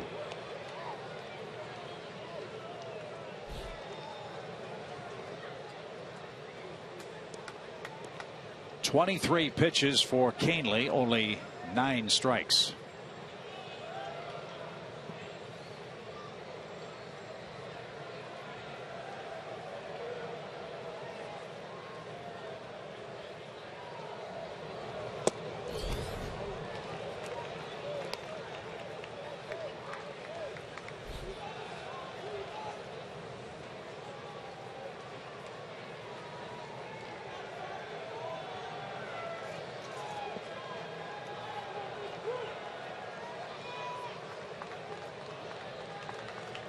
Siriaco and Markakis lead at second and first in the 2-2 pitch. All the way to the backstop. He is all over the place. He doesn't have a clue where it's going.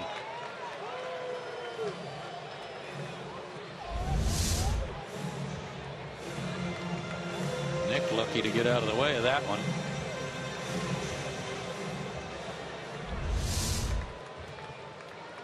So a very wild pitch.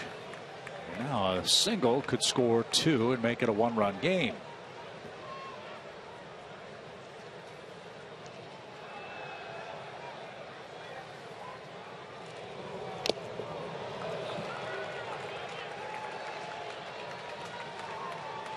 Came back with that changeup again.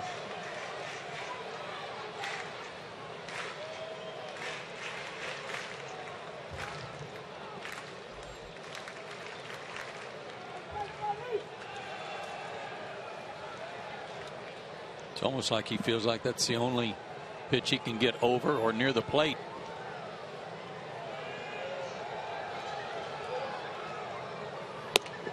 He lost Swisher. A 4-walk inning. The bases are loaded for Freddie Freeman. Walt Weiss doesn't want to, but has no choice but to go to his bullpen yet again. It's pretty amazing when you can walk 4 guys in an inning and still haven't given up a run. The big double play, the reason for that, Christian Friedrich is going to be the new pitcher for the Rockies. The Braves have the game on the bases. They're loaded with 2 outs, down 4-1.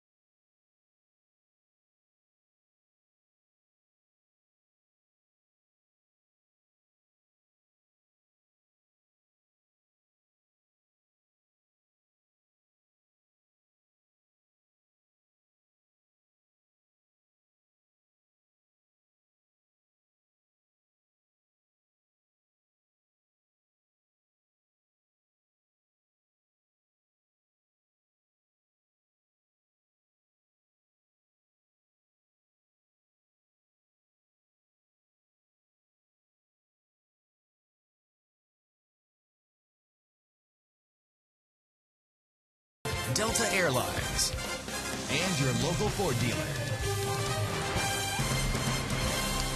Bases loaded for the Braves with 2 outs in the bottom of the 7th inning. Country superstar and Georgia native Sam Hunt performs after the game Thursday, October 1st. A free post-game concert presented by Coca-Cola and Delta Airlines. Tickets are sure to go quickly. Get yours now at Braves.com. I mentioned that Walt Weiss doesn't want to go to his bullpen, but he has to with Freddie Freeman coming up, and the man he's calling on is the busiest bullpen worker for the Rockies, and he's been hammered lately. Yeah, he's had a tough time of it. He did work a third of an inning last night, gave up a hit to Markakis, then he was able to retire Maben, did not face Freeman. Fastball, slider, curve, 90 to 92 fastball. Freddie might be able to look for an off-speed pitch here, first pitch. And you know he loves that first pitch opportunity. Let's see what he gets. It's low. Ball 1. Friedrich has pitched in 3 games against the Braves. He's given up 3 earned runs. Good splits.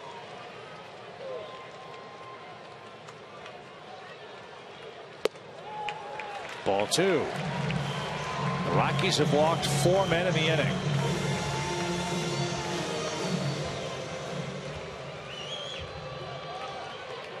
Siriaco, Markakis, and Swisher the runners.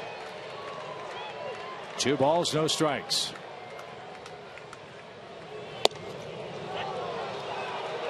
Freddie can't believe it. He thought that was low and outside. Let's take a look.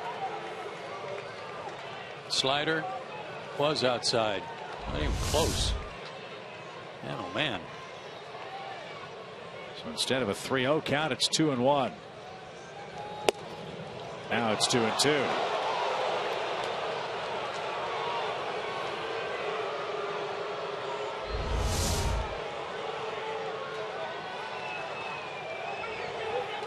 High strike. Even that one, but the one before was crazy.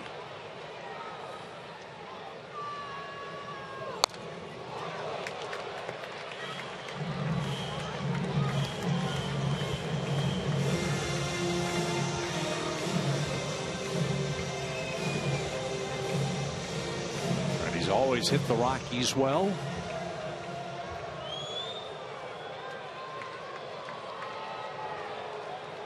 Great chance here in the 7th. Bases loaded, 2 outs, 2-2 pitch.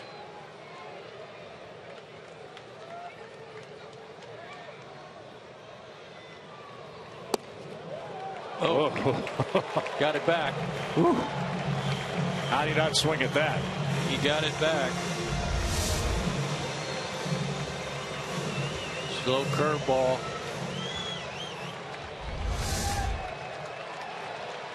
A lot of deep counts from this Rockies staff.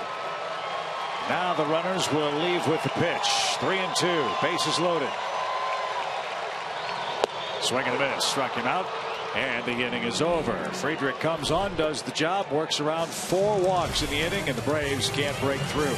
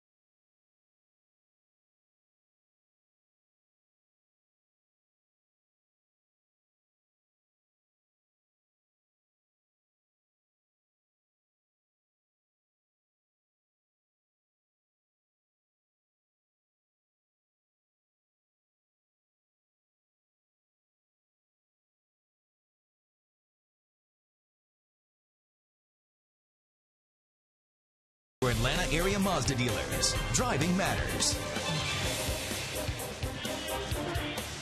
Braves got 4 walks and a wild pitch in the bottom of the 7th inning, but could not score. A double play and a strikeout ended the threat. And now Peter Moylan becomes the 3rd Atlanta pitcher of the night. He'll face the 5, 6, and 7 hitters for the Rockies. Outing number 6 for him. Interesting. No walks, no strikeouts so far, but just a .222 mark against him. He's only given up 1 run. That was on a homer. That was a tough inning for the Braves. All those base runners and couldn't push a run across. The double play was huge. Second stint for Peter with the Braves. He was here from 2006 through 2012, coming back from Tommy John surgery. And he gets Ben Paulson to swing and miss. Hey, congratulations to Chris Medlin. Speaking of that, picked up the win last night for the Royals. His first start back from his second Tommy John.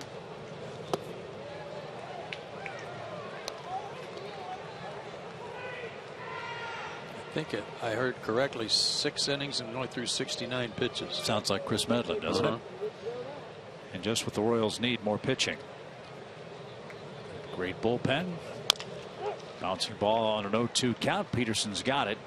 And the throw to first. The innings that Medlin gives them as he tries to build up strength for the postseason. If he can do that, that will really help the Royals ball club. They use their bullpen a lot. They used their bullpen a lot last year, and you have to factor in all those high pressure October games too. At some point you wonder if those arms will falter a bit. Well, I heard Ned Yost say today that until they clinch home field advantage throughout, they're going to keep playing and going hard, even though they've got a gigantic lead. 13 games ahead of the Twins. As that ball's hit the other way, foul by Nick Hundley, strike one. And they've got a 7-game lead over the rest of the American League as far as best record is concerned.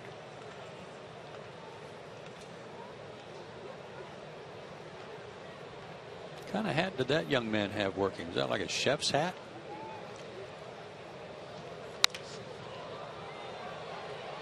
Popped up. Freeman gives chase. Can't get it. Yeah, I'm liking that. Very nice.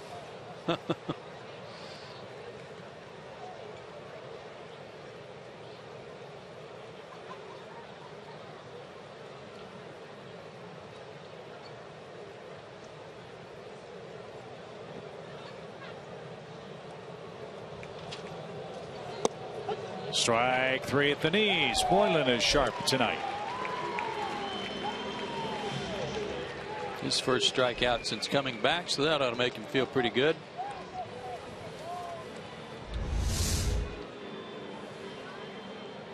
Thunder from down under. Good pitch.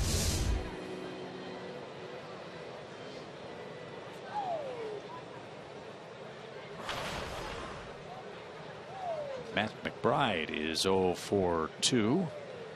He was hit by a pitch in the fourth. The Rockies scored 2 more unearned runs in that inning. 2 unearned runs in the first, 2 unearned runs in the fourth. Adonis Garcia, a rough night with the glove. 3 errors at third base. All 4 runs are Fultonevich's responsibility, but again, no earned runs in his 5 innings of work. Simmons can't get it. McBride has a hit.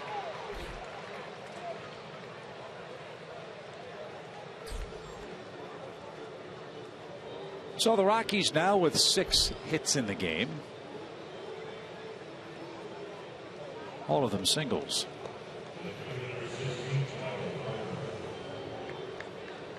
And that brings up Kyle Parker. In the Atlanta 8th, Przinsky, Garcia, and Peterson are coming up.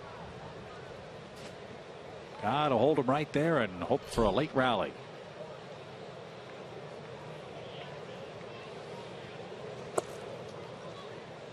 Ball 1.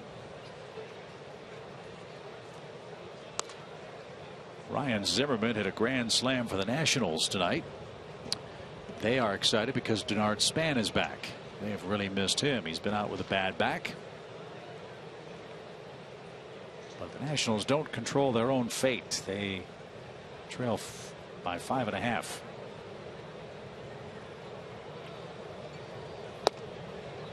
Everybody keeps talking about how poorly the Nationals have been playing and that maybe they can get it turned around. Well, guess what? The Mets are playing a whole lot better than that. They need the Mets to play poorly somehow and come back to the pack. I know they've got 3 games coming up with them in Washington right around Labor Day. They're putting a lot of stock in that series to try to get back in it. It's the first time all year the Nationals have had their projected starting lineup together. It's August 25th. The Nationals have said they have suffered through a ton of injuries this year. Well, so have the Mets. 2 balls and a strike.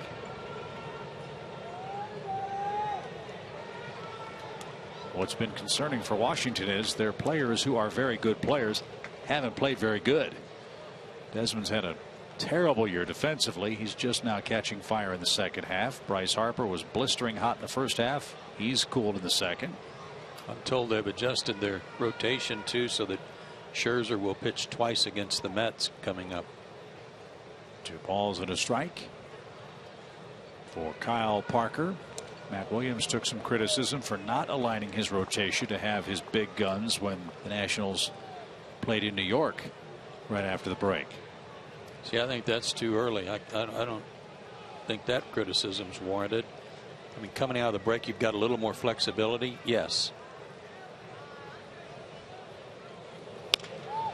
Nubbed out towards Simmons. He's got it. He'll throw low to first. Freeman digs it out. And Peter Moylan has a scoreless inning tonight. It's late in Atlanta. The Braves are down 3. We're in the 8th.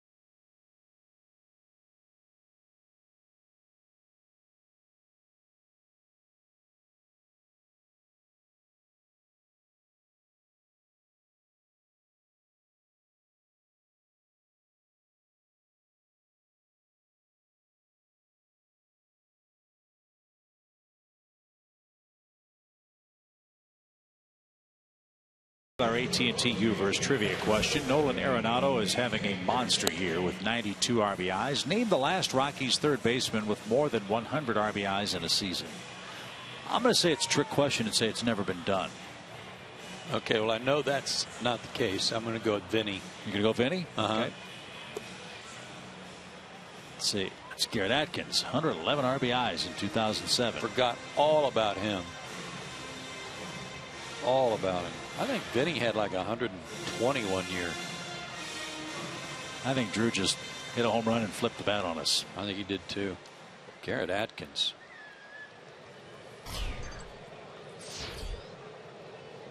Well, Arenado, barring an epic collapse, has a great chance to fly right on by that lofty total by Garrett Atkins this year.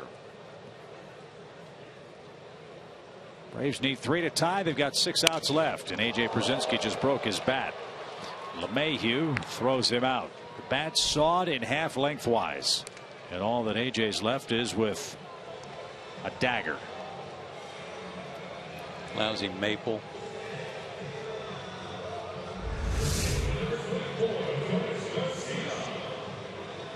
That hit somewhere around the brand. Fortunately for Friedrich, it went away from him. The barrel went away from him.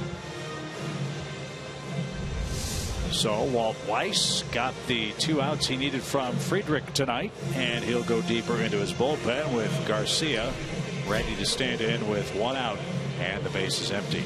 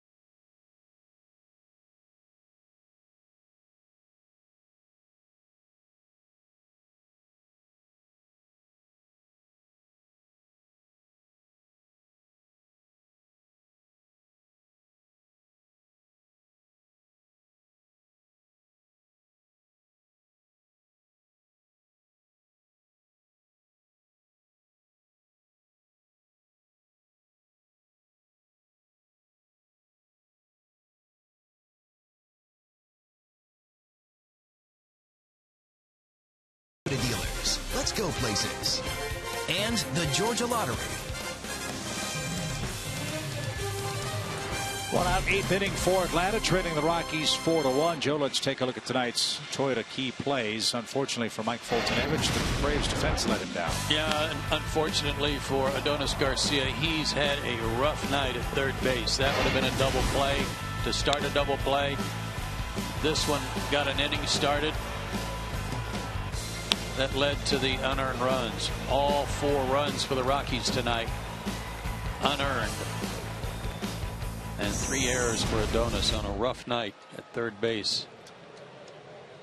And he's 0 for 3 at the plate. Scott Oberg is the pitcher for Colorado. A 15th round pick by the Rockies 3 years ago out of Tewksbury, Mass. Scott 25 years young. And a fly ball hit high in the air toward left center field. And Charlie Blackmon with a basket tumbling catch in the gap.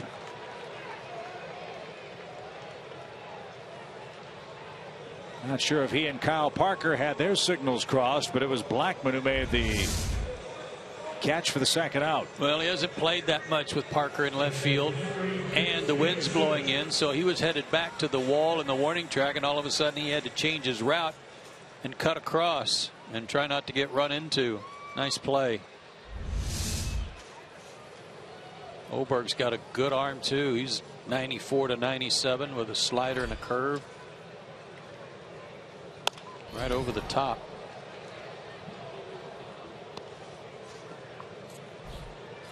If anybody had the answer to what ails the Rockies organization as far as pitching is concerned, obviously they would fix it. I wonder if guys who just can throw 96, 97, just load your staff with those guys and take your chances, would be the answer at altitude.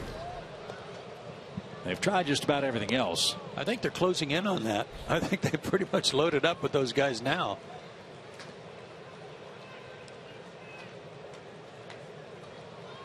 Now it's a matter of, like Mike Foltynewicz, watching them grow and develop and see who can stick.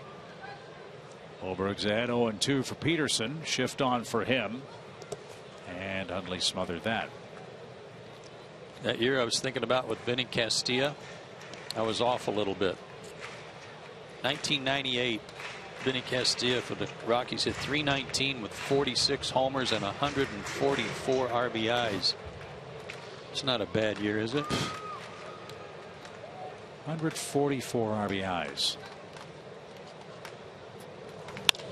Peterson goes the other way. There's an encouraging sign. You bet. Behind in the count too. 2-hit night for him. After starting play, 0 for his last 18. High fastball.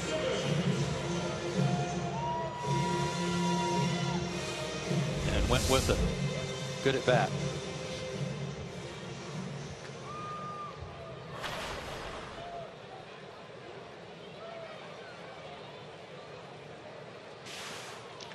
Braves need base runners. They have 4 outs left.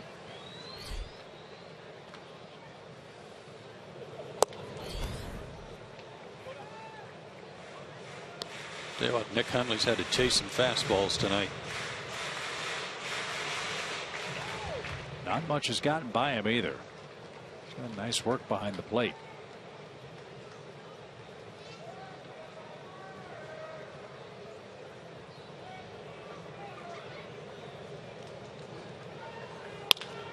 Off the pitcher's foot, but right out to Reyes, who boxed it. Everybody's safe. Reyes played it on a backhand, and it popped out of his glove. And the Braves have 2 on with 2 out. That was headed to center field without any trouble until Oberg stuck his foot out. And it ricocheted right to Reyes. Took a little hop on him.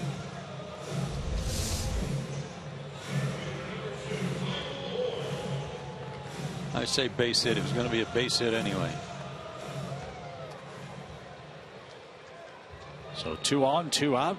Michael Bourne bats. He's walked twice and grounded out once.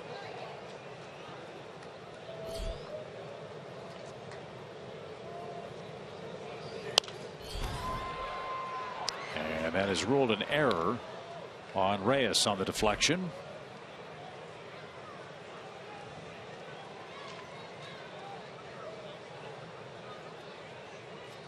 First error of the night for the Rockies. The Braves have committed 3.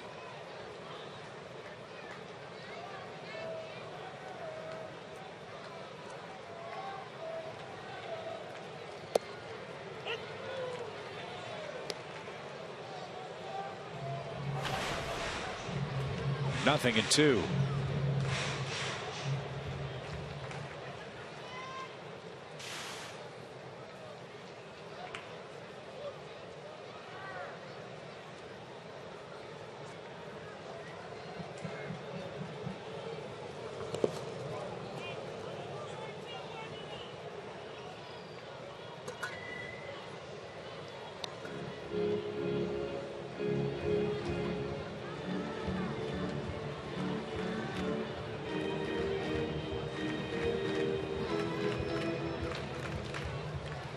Started out as a pretty easy inning for Friedrich and Oberg until the 1-2 line drive hit by Peterson.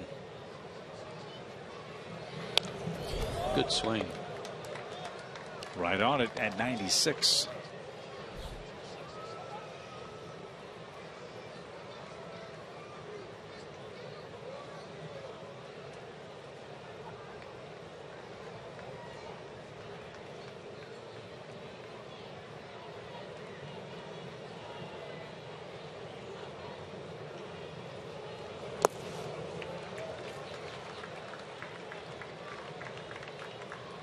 Tough pitch to lay off. Good eye by Michael, and that hard slider down with 2 strikes on you.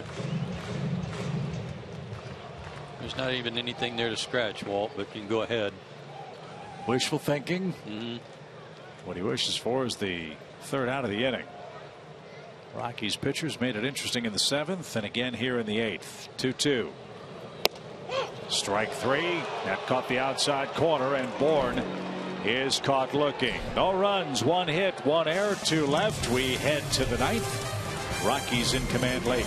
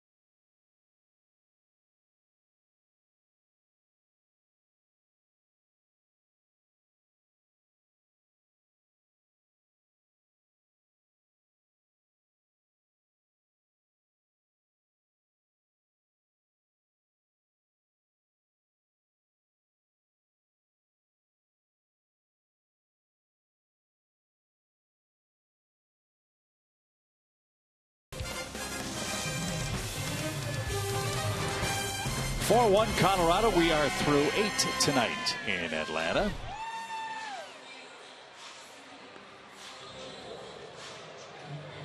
Peter Moylan was set to begin the top of the 9th inning, but with Colorado ready to go to its bench, Peter Moylan will be taken down, and Freddie Gonzalez will go into the bullpen again. It looks like Matt Marksberry is going to get the summons and come on to pitch with the 9-1 and 2 hitters coming up for Colorado. A lot of pitching changes tonight. Rockies 4, Braves 1.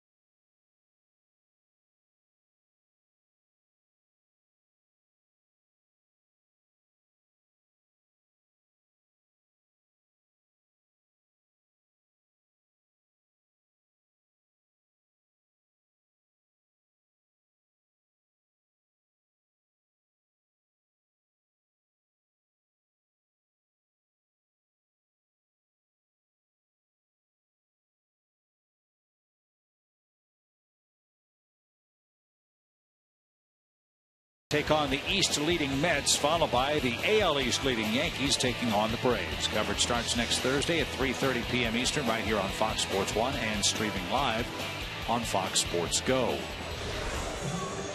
Matt Barksbury is on to pitch. He's the 4th hurler for the night, and Freddie Gonzalez. It's his 13th outing.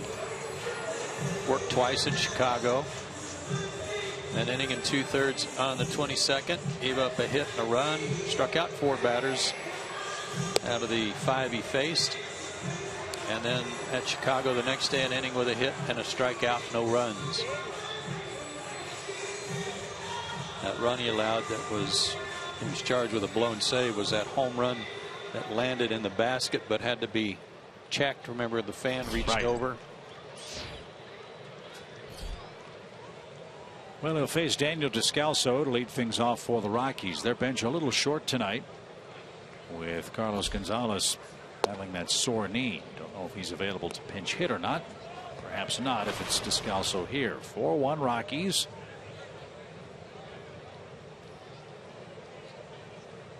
We begin the 9th.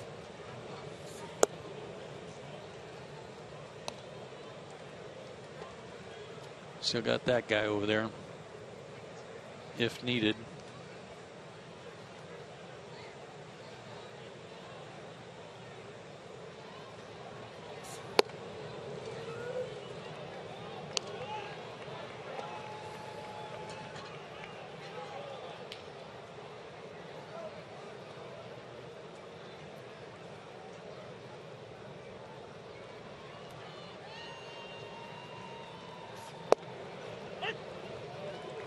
There's a bullseye. 3 balls and a strike.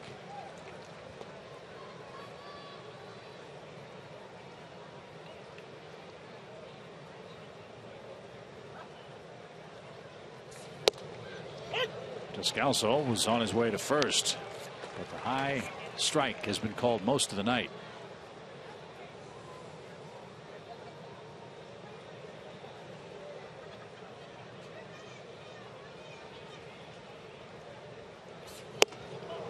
That, though, was a little too high.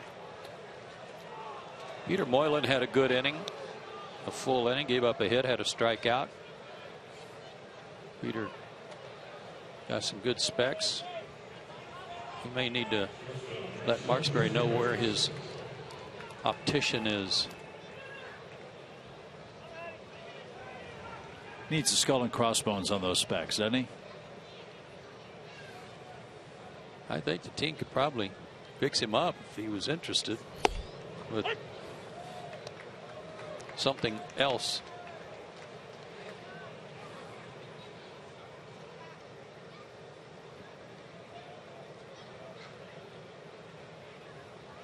Jose Reyes is 0 for 4 tonight. But hey, maybe Matt likes him, you know.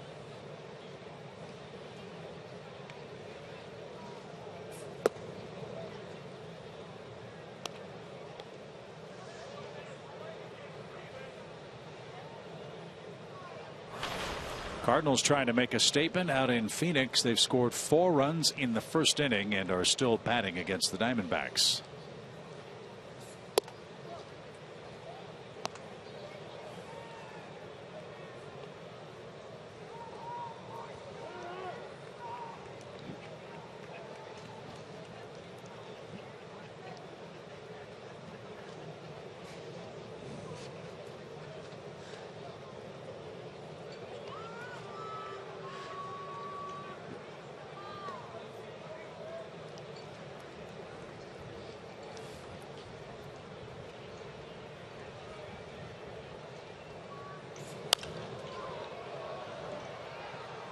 Out of play.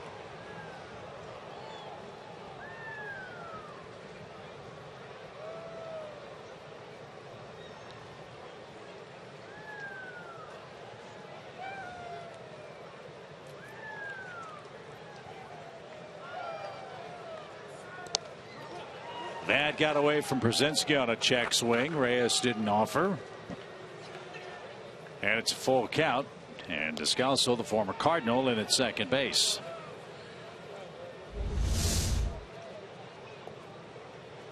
Breaking ball. Yeah, probably right off the edge of the plate.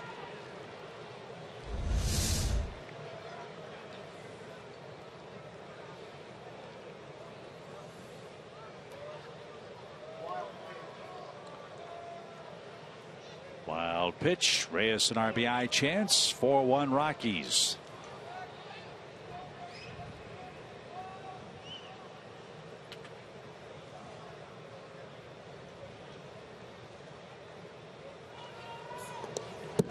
Another one back to the screen.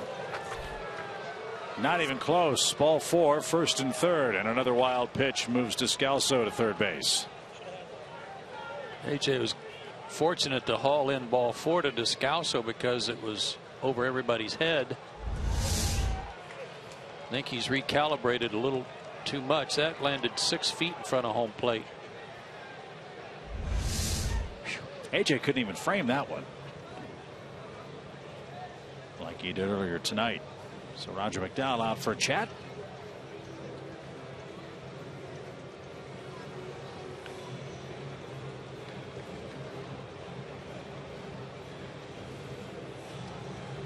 And nobody up in the bullpen. This is Mark Sperry's 9th.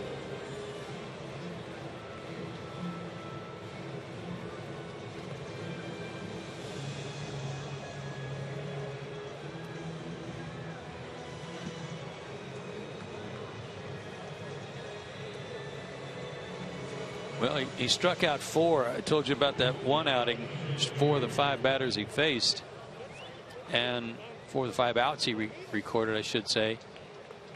He could use a big strikeout right here, and then a possible double play to get out of this to keep the Braves deficit at 3.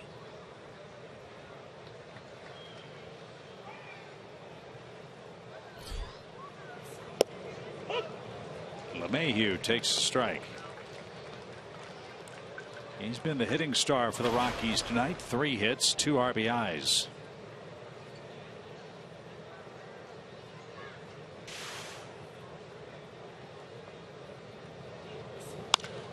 In the air to right and deep. Marquez is back. Still going. And a step shy of the fence.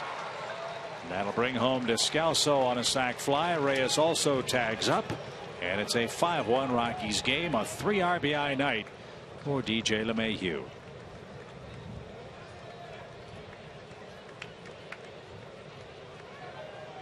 And he's up to 50 RBIs.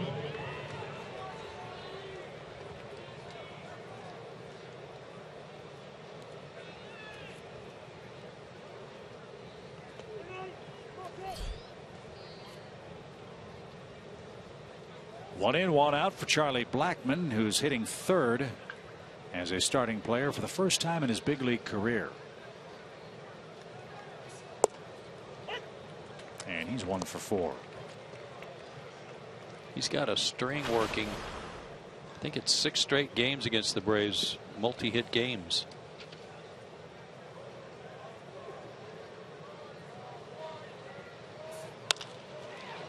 This one hit in the air towards Swisher and left, and he's got room. 2 outs.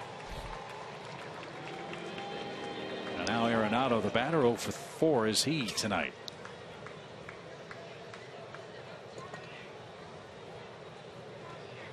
And 0 for 8 in the series.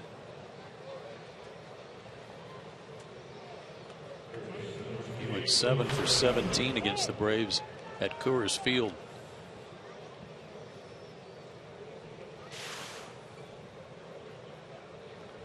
And they won't give him a chance to improve on that hitless start to the series. They'll walk him intentionally.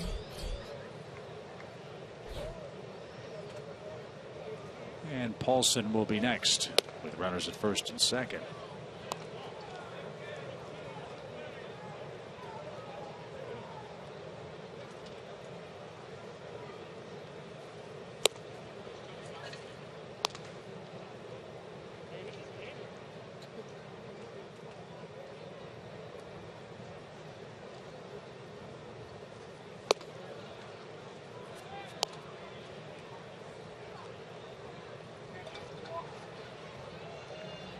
First and second, 2 outs.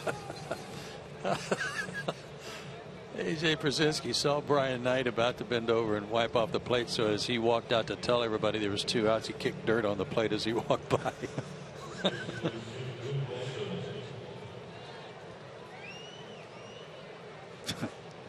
He's a piece of work, isn't he? Ben Paulson, the batter. Pops up. And Simmons at short should have no trouble. And that's the inning. But it was an inning started by back-to-back walks. A wild pitch and a sac fly. Makes it a 4-run Colorado game again.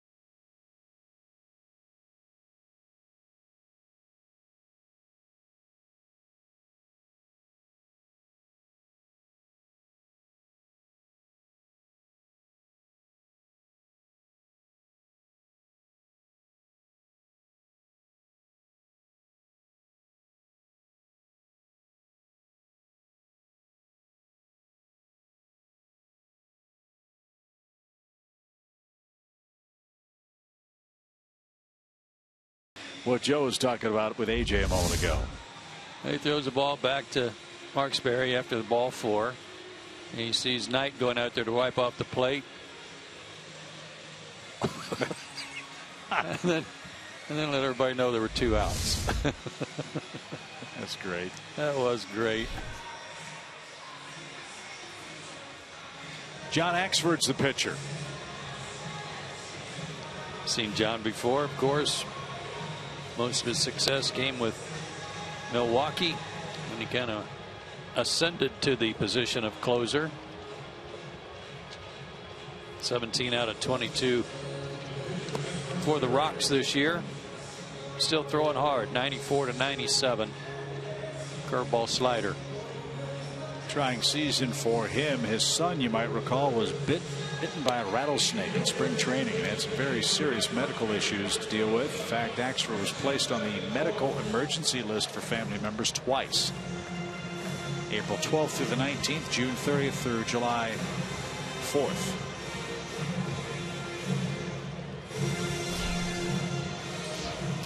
I think we were in Colorado when they had a family game before the Braves game, and that he's got a couple of sons, and that youngest was out running around and playing in the family game, and not back to normal yet with all his strength, but he was pretty close, and that was a great sign for everybody. Christian Bethancourt will pinch hit for Mark Sperry leading off the ninth, and that's off Hundley's body. Strike one. Christian had a fine run at the plate down in Gwinnett.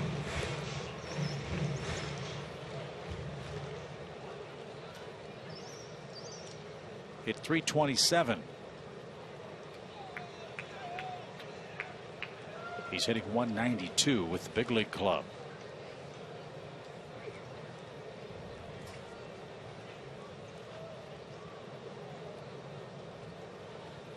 What has been drilled into Bethancourt over and over again is, look, the offensive part of your game is going to be your offensive part of the game, but what we need you to do is catch it, call it, and throw it, and take on the responsibilities of handling this staff.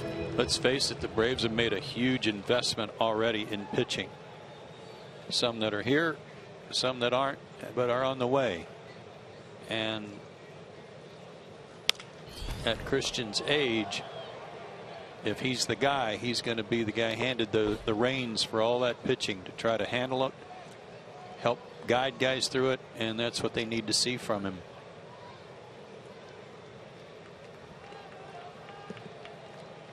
That part of it will be a bonus. No balls, 2 strikes.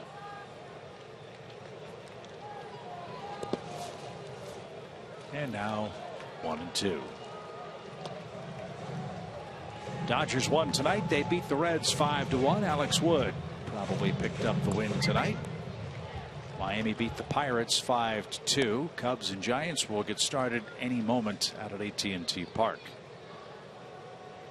Chance for Chicago to pick up a game on Pittsburgh. They'd love to be the home team for the wild card, if not outright win the Central. They have a lot of games left with the Pirates and Cardinals, as you'd suspect, in September coming up. And right now the Cubs are as hot as anybody. Very impressive young hitting team that'll be tested on their road trip. Hey, the Yankees got on the board tonight. They got clocked by Houston 15-1. 1 run was enough last night for the Yankees, not tonight. We'll see the Yankees here in Atlanta Friday, Saturday, and Sunday.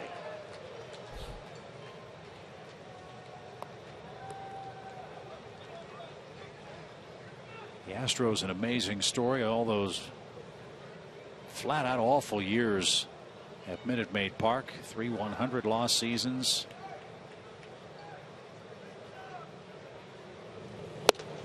Bethancourt's down on strikes. For a franchise that had never had a 100 loss season, that was truly a bitter pill to swallow.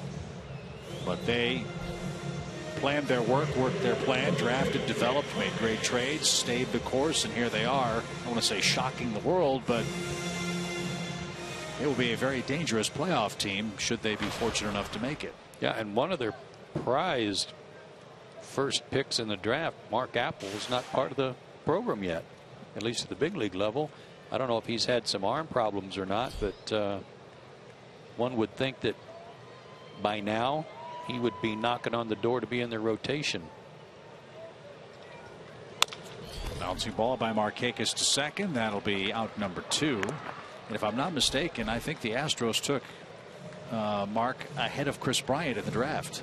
Is that right? I think he went first. Bryant went second to the Cubs. And also, Houston hasn't had George Springer. I think he's close to being back, though.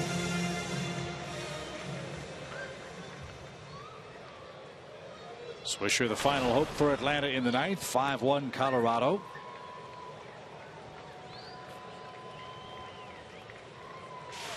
The Rockies walked 6 men tonight. Braves couldn't cash a single one of them in. 4 of them came in the 7th inning along with a wild pitch, but the Braves could not score in what was then a 3-1 game. And if Axford can finish off this inning, it'll be the 3rd time this year that the Rockies have put together 3 consecutive scoreless games out of their bullpen. Only done that 3 times all year.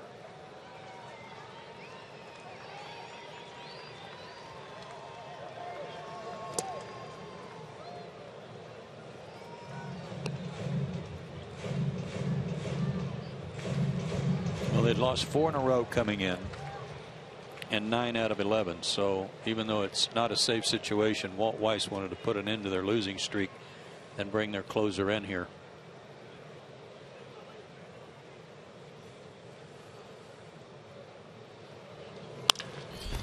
Into the shift. Oh, LeMahieu scoops and fires, and the Rockies have evened the series. Tonight's final, Colorado 5, Atlanta 1. Tough luck loss for Mike Fultonevich. He gave up 4 runs. All of them were unearned runs.